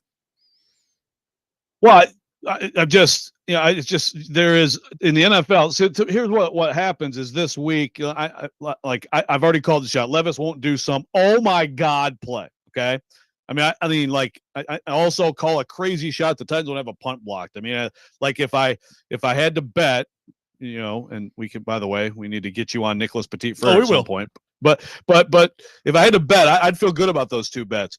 But even, if you try to force in a tight window throw right now and turn it over at all, is there some level of, with Levis, hesitation now, even in the normal sort of dangerous situation for a quarterback, where it looks the best quarterbacks at times, they do have to rip it in there. The Ridley TD, that could have been a pick. Obviously, the Burks play was a pick. Throw those passes. Those 3 deep passes, I say if you can replicate that, those should have been 3 completions. Well, I'm just wondering if at some point even the normal quarterback stuff gets a little bit gun shy, and then you got this stuff can cause all these other problems. Everybody's focused on the idiot plays. I get it. Andrew on the text line is mad because he has to hear about it all day. But there's also then the overcorrecting thing, right? And it's just all this stuff. Look at Bryce Young. I don't know what happened there, but that's a guy who good when they drafted him. Is what happened. Well, that may be. I saw the guy play college football. I know, and you got wooed by college football player. Okay. Well, PK, you're going to tell me that there was nothing there? He went number 1 overall. He was going to go number 1, 2, or 3. So everybody just has zero clue how to evaluate a quarterback. I would submit to you that getting sacked 62 times and having everything changed on him and all that is affected him mentally and is affecting his performance right now. You could just. I would submit to you simple that you put a ruler on the wall, and if a guy doesn't hit a certain mark, you can't play quarterback in the NFL. Okay, well, Kyler Murray just absolutely annihilated the LA, occasionally the Rams. But separate to that, I get what Drew Brees. No, he's not 5'10". No, right, okay. Comment. Drew Brees 6 feet. A handful. That's what they say anyway. I get what you're saying. My personal thoughts on Levis on that stuff is they're separate baskets, right? He's not going to lose confidence in the deep ball stuff because he knows he's good at that. He's not worried about a goof on that. And a deep interception in most situations isn't going to kill you. It's going to swing field position unless you're, in 2 minutes to go win the game and stuff like that. So I would be surprised if he's frozen in those situations from the situations he's been bad. And the pass protection's got to get better. They've got to probably chip more and all of that. And look, I don't want to keep making excuses. Sacks are a quarterback stat to a big degree. He can do better in some of those circumstances. And DeAndre Hopkins has to, I don't know if it's useful for him to be out there for 30 snaps when he doesn't look anything like himself, when Nick Westbrook-Akine is in fact a reliable target that he could get some passes to. Much as I hate that trade off, Yeah. Hopkins is not doing anything. So, I mean, could you sit him for 2 games and get the bye? And would he be better after that? I don't know, but that thing's not working, and that's his security blanket. I thought one of the most interesting things that came out of this is that Callahan said, I don't know Hopkins very well because he didn't have camp with him, and he had camp with everybody else. Levis knows him the best, but Callahan knows him the least. But there are other circumstances that are affecting this. I think Levis just has to take a breath, and in the moment, that rewiring the brain thing takes some time. It's got to not – I think we talked about this Monday, Joe. It's got to not come into his head where he says, I want to do that. No, don't do that. It's just got to not happen at all. Well, that's if I'm Callahan, though, that's what bothers me. It's not like there's going to come a time, whether it's in the Green Bay game or not, that Levis tries to fit a ball in a tight window and it gets picked. That happens to every quarterback in the league. And I think to a certain degree, unless it's just an incredibly reckless decision, you can live with that if you're the coach. I have to imagine, and I think it's part of why the reaction was what it was, that as Levis is falling down on Sunday and that ball's leaving his hand, Brian Callahan in the back of his mind is thinking, oh my God, he's doing it again. And can I actually coach this out of him? Or is this just what he's going to be come game day? And that to me is when you start to get into what you were talking about, PK, of having conversations like, I don't know. Like, I don't know if we can fix that. And again, I'll use the sliding example as a reason that I have some doubts about the ability to get it out of his system, because the sliding he's talked about multiple times. Vrabel said, I've showed him tape of guys sliding safely and it hasn't had the effect. Maybe I need to show him tape of guys getting their butts kicked and that'll have a different effect. And he said it in harsher, funnier words and got a big laugh. He did. But we've covered that now 3 or 4 times. And while he went down more safely for the most part in this game, he still is not feet first sliding on plays where he's getting the first down by 3 yards or significantly more. Yep. His inability to change that makes me wonder about his ability to change this. We'll have more with Paul Charlie Kuharski coming up next. 615-737-1025. Our phone number, Robby and Rexrode, 1025-1063, The Game.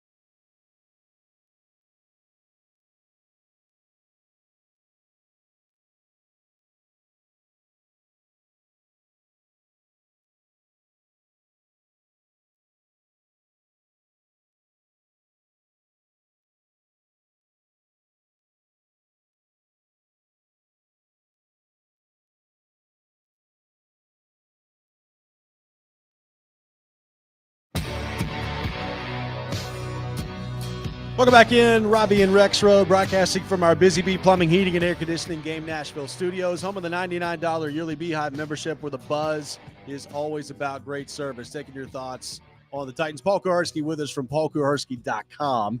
Looking ahead to the Titans and the Packers coming up on Sunday. Joe, I hear what you're saying. I mean, the smart money would be, I think, that Levis doesn't have another turnover like that and that the Titans don't get a punt blocked again. However, I just said the same thing last week. And then it happened again. Yeah. So, like, I'm still like, they've lost the benefit of the doubt with me. Like, they've got to find a way to go out there and prove it at this point. Hey, look, I hear you. The thing is, of those two things, I still would have put the punt block as the least likely thing to repeat. You know, but both of them repeating is truly incredible.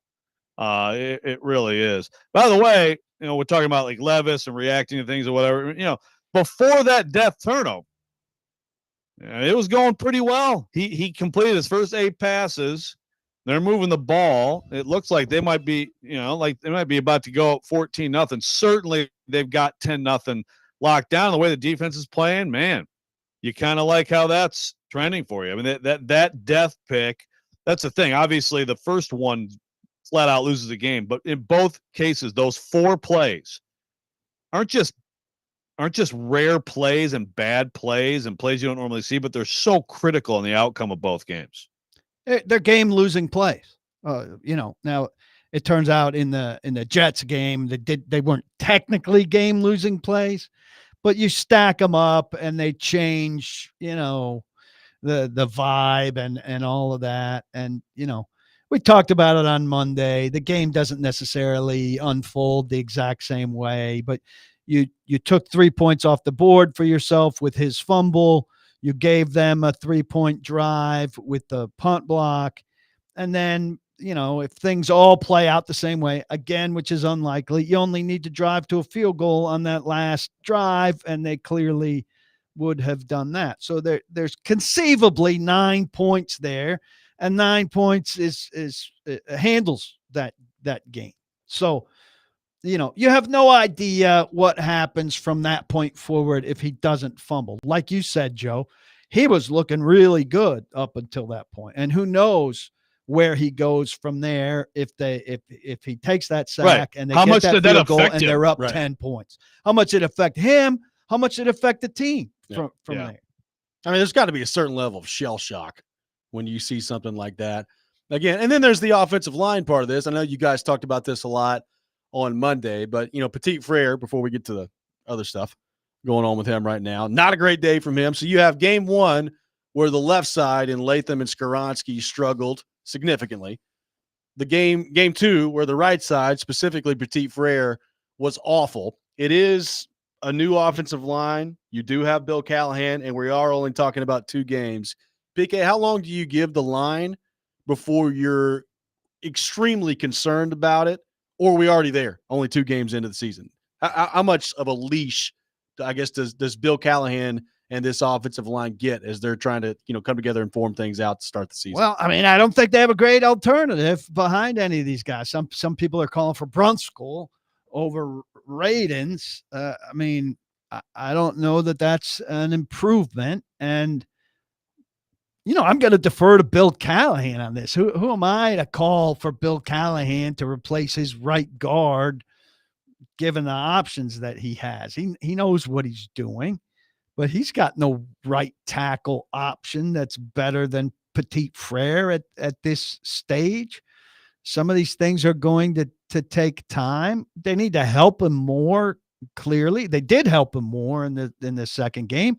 I think they'll help him more in the third game. It depends on the matchups, clearly.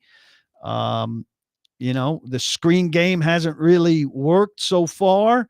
Everybody's seeing more too high safety. What they need to do, and this is not like me at all, is to continue to run more and better. And one of the most encouraging things about this team so far has been Tony Pollard. Yeah. So it got to have better first downs more consistently to stay in position where Tony Pollard is a viable option, and where you have short completions you can make to keep the chains moving. And league wide, I think teams need to figure out how to run effectively enough to change that too deep safety look to create opportunities. Now, everybody wants to say, Levis is throwing into double coverage. I'm not so sure that do you count the Burks throw as double coverage? No, the safety got over. It's a deep shot. It was the right read, just like Callahan said. He got over there, but he wasn't influential in the play. And kind of the same thing with the 40-yard completion on the touchdown. The safety gets over there, but he's late just by a scooch, but he couldn't make a play on the ball. And so when you're going against too deep a lot, that's how it's going to look. Yeah, if you throw deep on too deep, the safety's going to be in the picture. Right. That's why he played. It's not. I would hope bracketed. So. Right. It's not being bracketed or double covered. Yeah, that's it's different than calling it a double total misinterpretation. Yes. Exactly. Okay. So PK, how's your fantasy team doing in the radio? I won all 4 of my games this busy week. Fantasy man. So sounds like you need some advice. Good for you. Are you then? Do you think you could maybe get a little better if you get a little Nicholas Petit-Frere fantasy analysis? I don't know that fantasy is what he's participating in, or what's he doing? Well, I mean, you can play fantasy football and not violate the rules. But but he's an analyst, right? Am I seeing that wrong? Oh, I haven't seen the recent stuff. Is that what he's doing? Yeah. Yeah. Are you serious, Mr. Magoo? You don't know this story? You should be freaking out about this. Fantasy Life, which I guess is something that Matthew Berry's put together. And he's got Nicholas Petit-Frere. Who else is in his state? I don't know. I just know that they had this nice little graphic yesterday that they pulled up.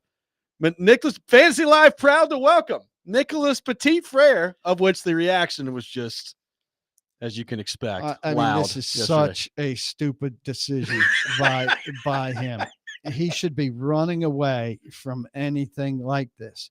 And what prompts them to go to Nicholas Petit-Frere in the first place? His agency's out there shopping, but he should be saying, I got suspended for being close to gambling stuff, and this is in some way, shape, or form in the same venue, and I got to stay away from that. It's unbelievable. And a good week for the rollout too. Yeah. It's a great week to roll him out doing something. Here's the guy football. that just gave up 13 pressures. Welcome in Nicholas Petit-Frere to our team.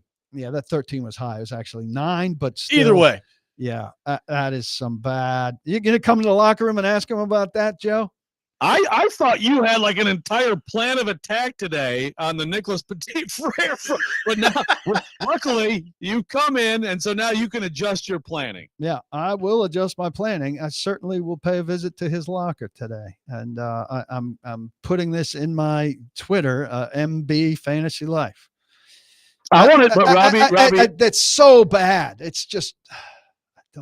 This is great that we get your reaction in real time to this. It is he bad. He seems like a smart guy. I know. Robby, I have a rant, actually, another sub rant, and part of it is being jealous of PK. That's something I think we need to get into. Is this one a rant? Jealous of my ability to miss that? No, something different. Okay. All right, we'll get into that coming up next. Robby and Rexrode 1025. Don't be jealous of that, Joe. There's a lot, but don't be jealous of that one. We'll be right back.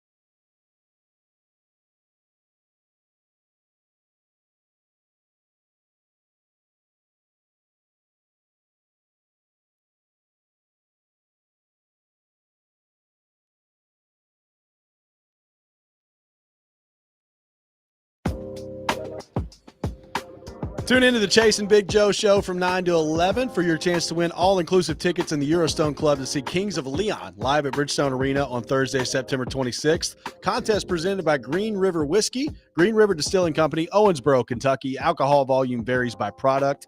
Please drink responsibly. Joe Rexrode jealous of Paul Kuharski about something. I'm very excited to hear this. Well, there is a jealousy aspect of PK in this, but the anger comes from, and I'm glad PK wrote about this. He sent it to us last night from paulkuharski.com about the human reaction to, Brian Callahan's reaction to Will Levis. I really, really hate some of the commentary that I've heard this week. I very much appreciated PK. Well, Brian, why do you feel bad? You shouldn't feel bad. You should say the F word all you want. But I'm jealous because PK in his story actually did the lip reading and actually spelled out the word. And, obviously I used to be able to write the F word in stories and I can't. So there's my jealousy. Where could you spell out the F word? Oh, the early days of the Athletic. Oh, is that before right? the New York Times bought us. Oh, we had F words to go. I mean, every chance I got, it was amazing. I love that's over. When we're a collective and a guy swears and everybody's like, oh man, can't use and it. I'm like, yes, because I'm the only person we know that is going to direct quote and not have to dot out or pussyfoot around. If we shall say. Well, interesting choice of words. As we know, PK is R-rated on the internet. So, that's true. So anyway, what really angers me is like I'm seeing. So now I'm forgetting some of these folks. Ryan Fitzpatrick's one. I've had a conversation with him. I didn't in like DMs. I didn't like his reaction. Did you? I didn't like what he said. And also on Good Morning Football, a guest. It was oh my goodness. Was it Brewski? I don't know if it was Brewski, but someone will probably remind us on the text line. I had another, like having a problem with Callahan. One, having a human reaction in the moment, but also apparently people are not happy with what he's saying in these press conferences, which is I know it infuriates me in part because I'm a media person. And so we so rarely get honesty, and we have it with this guy and we want to hold on to it. So yes, there's a selfish aspect to it. But but it's also the total absence of context for people, right? I mean, they totally lack context here because Brian Callahan has been praiseful, positive, and I think completely fair publicly with Will Levis and all his players. And I really hope he's not listening to this garbage because it's just people cherry picking a sound bite, and we get frustrated about these things all the time. I know. But it's such a misinterpretation of the reality of the situation, at least in my opinion. Maybe you guys disagree. Well, it's the same thing with the we could have punted on first down, and won that game, which is obvious to everybody. There was more context to it than that, and he got burned for that nationally. And my fear is that this reaction to that and to yelling at Levis coming off the field, guys get yelled at coming off the field all the time. Exactly. And I had a clip of Mike Vrabel saying to Eric Garrar something similar, and that was in year 6. And nobody asked him, "Are you going to reconsider how you behave now that TV cameras are on you in year 6?" If the question wasn't asked, not the quarterback, right? But if the question wasn't asked, it wouldn't have been a story. That's my objection. Here's a guy that's open and honest and candid, and we're going to ask him questions that prompt him to tamp it down.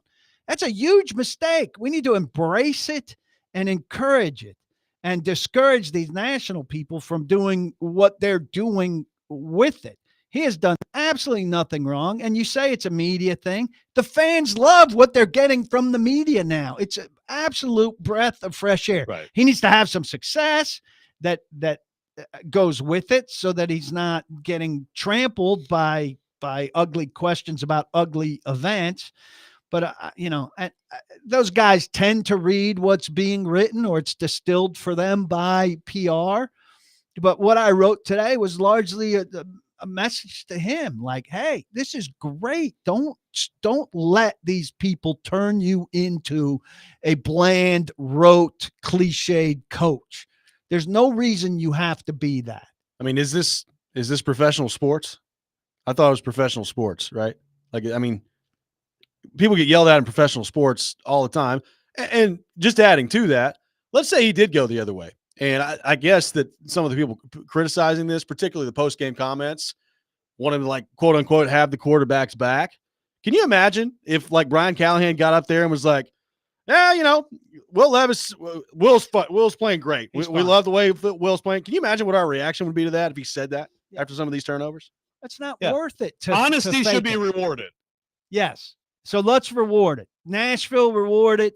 Media reward it. And when you see media that's not rewarding it, call them out on it. Fans, when you see I'm going to call out Andrew. I'm going to call out Andrew for saying that he's oversharing. When he's not oversharing, he's just actually answering questions like a human being. And so we're so used to Coach Pete, blah, blah, blah, that we think that's what it's supposed to be. Well, no, Andrew's it's not. part of the Titans. He collects some pay from Titans radio, and that's where he's being part of the Titans. He's scared of what to do with this because he in some ways reports to the Titans, and so Titans people are probably baffled by this because here it is to report on. You could say he said to the quarterback, WTF. But that's not what you do as a Titans reporter. As a Titans, if you're in-house like Andrew is to a degree, you don't know what to do with that. So then you have to say he's oversharing, make him share less, and then you're not in the awkward position of having to address it. And also, let's be real here. I don't think you're right, but okay. That's where I'm going to spin it and take it because Andrew's got to have some excuse. So defend your boy. Also, I mean, to be real here, like the interceptions and the fumble the other day are not normal turnovers. Like, they're so egregious, right? That, you probably don't see a coach doing that a whole lot, but you also don't see those turnovers a whole lot. Like, that's the entire point of the entire conversation. Exactly. Like, these are extraordinary circumstances. So it's just, I'm you're right, Paul. I think about it in terms of media, and I know sometimes people are like, yeah, okay, whatever. You guys, find a better story. It's like that's a like great story. They take no. What I'm saying is like like fans sometimes like they take away access. We complain about it, and they'll say, "Well, just find a better story." And it's like, yeah, but it hurts you. But yes, this is like fans. I know fans aren't happy because this team's 0-2, right? Yeah. I get that, but still, they're getting way more information about their team from their coach.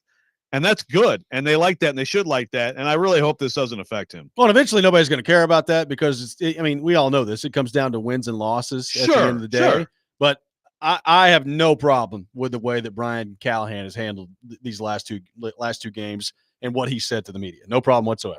I don't think anybody else should either. And I think if you're with us on this and you see some national fools hitting him on it, you should be in their replies crushing them. 615-737-1025, our phone number. One more segment with PK coming up next. More of your questions to get to on our text line as well. Best question gets a $50 gift card to a Moment's Peace Salon and Day Spa for Paul Kuharski. More coming up next. Robby and Rexrode, 102.5, 106.3 The Game.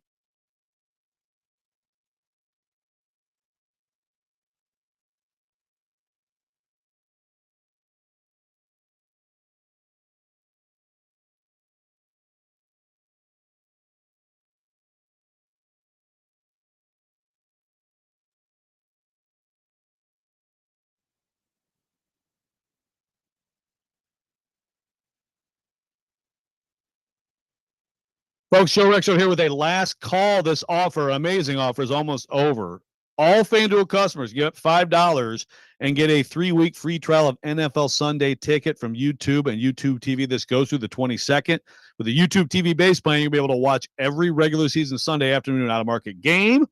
All you need is a Google account, current form of payment. You can cancel anytime. I'm a Sunday Ticket guy. I'm a YouTube TV guy. Both of them, huge fans of both. Definitely worth this free trial to check it out. All you have to do is visit FanDuel.com/Joe102. Get started. Download America's #1 sportsbook. You must be 21 or older and present in Tennessee. Full price of NFL Sunday Ticket will be automatically charged seasonally after the free trial. No refunds. Terms, restrictions, and embargoes apply. If you have a gambling problem, call the Tennessee Red Line, 800-889-9789.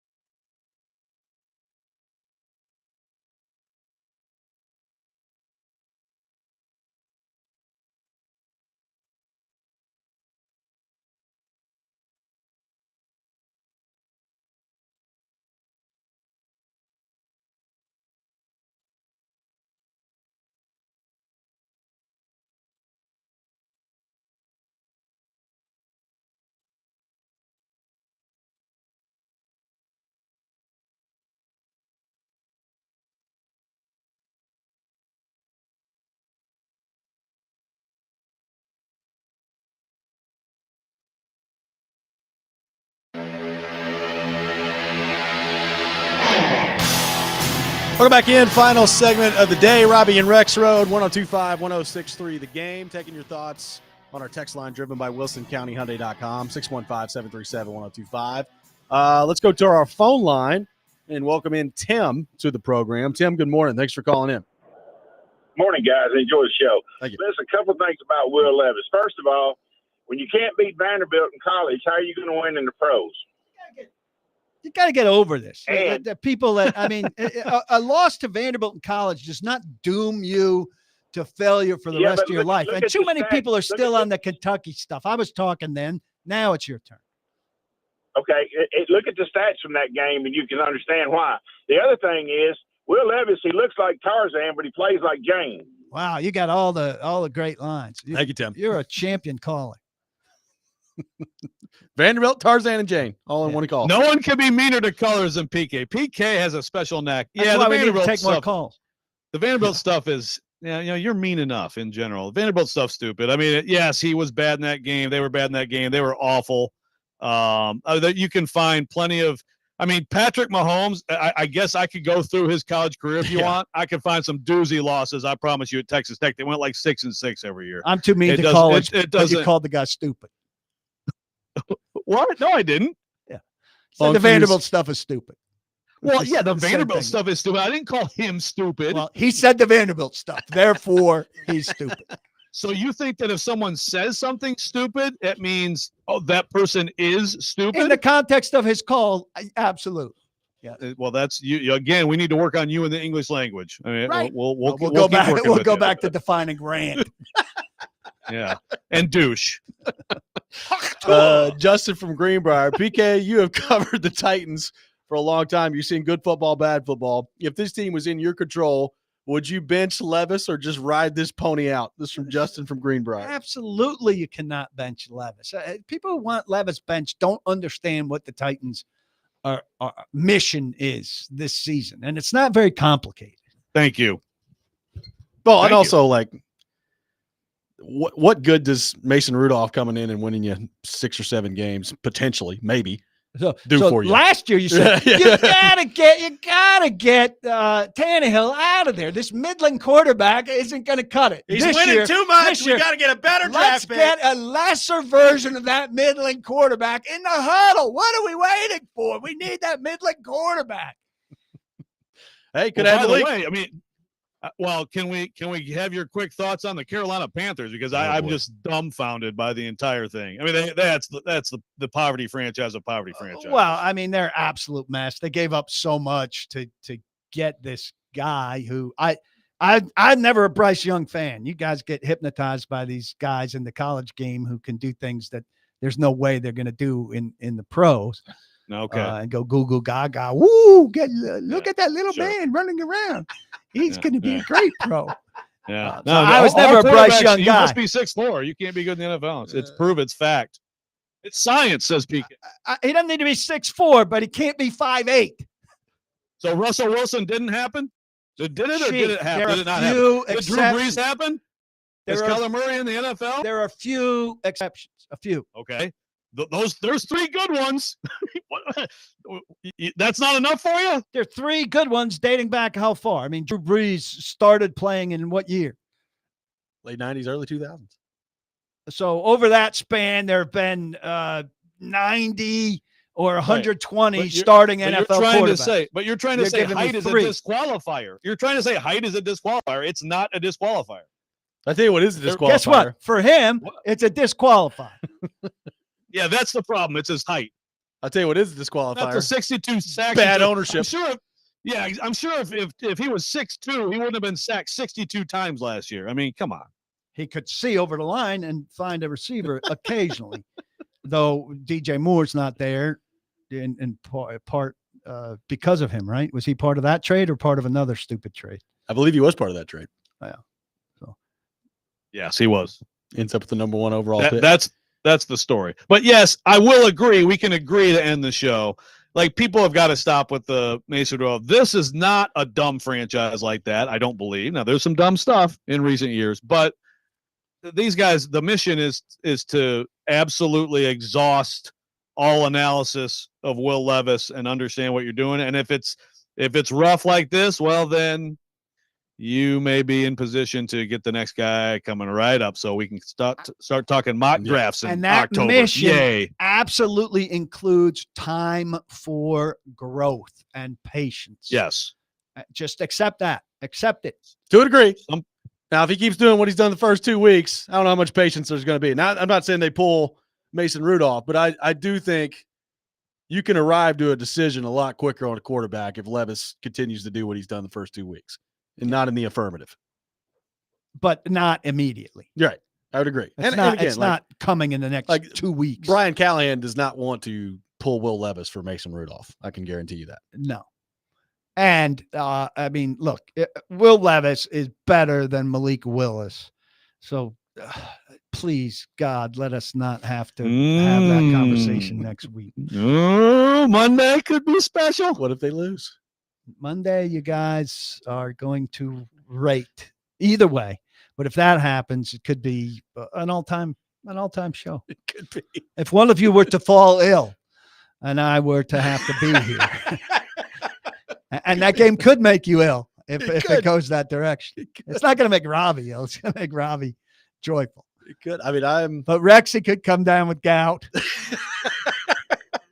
that hot dog in the press box box looked gout? a little shaky. TD told me not to eat it, and I still ate it. I was okay, but I mean, it's possible. I'm going to put some meat at your seat. Have to get gout on the show the next day. Gout. He's such a good But- guest. If you guys could, Nick, if you could book Gout, my opinion of you as a producer would change so much. Give me some gout. I need it. Oh God, that would be, I would do everything I could to get that segment all over the country.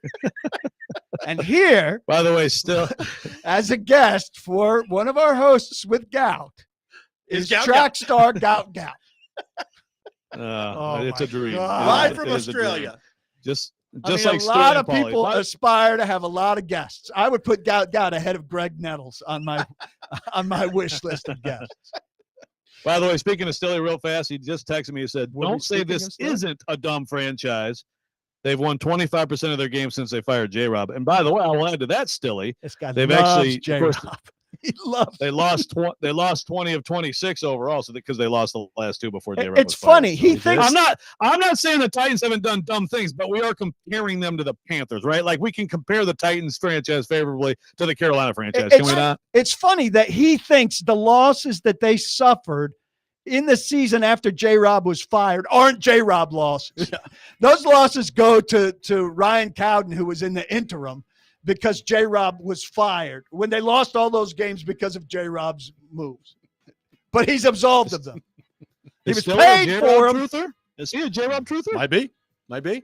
PK, thanks for being with us as always. Don't block the box. Be sure to lock your locks. Thank you for having me. We'll be efforting gout on the program. See how that Get goes. to work, Nick. I see your wheels not turning. Jason Big Joe coming up next. 102.5, 106.3 The Game.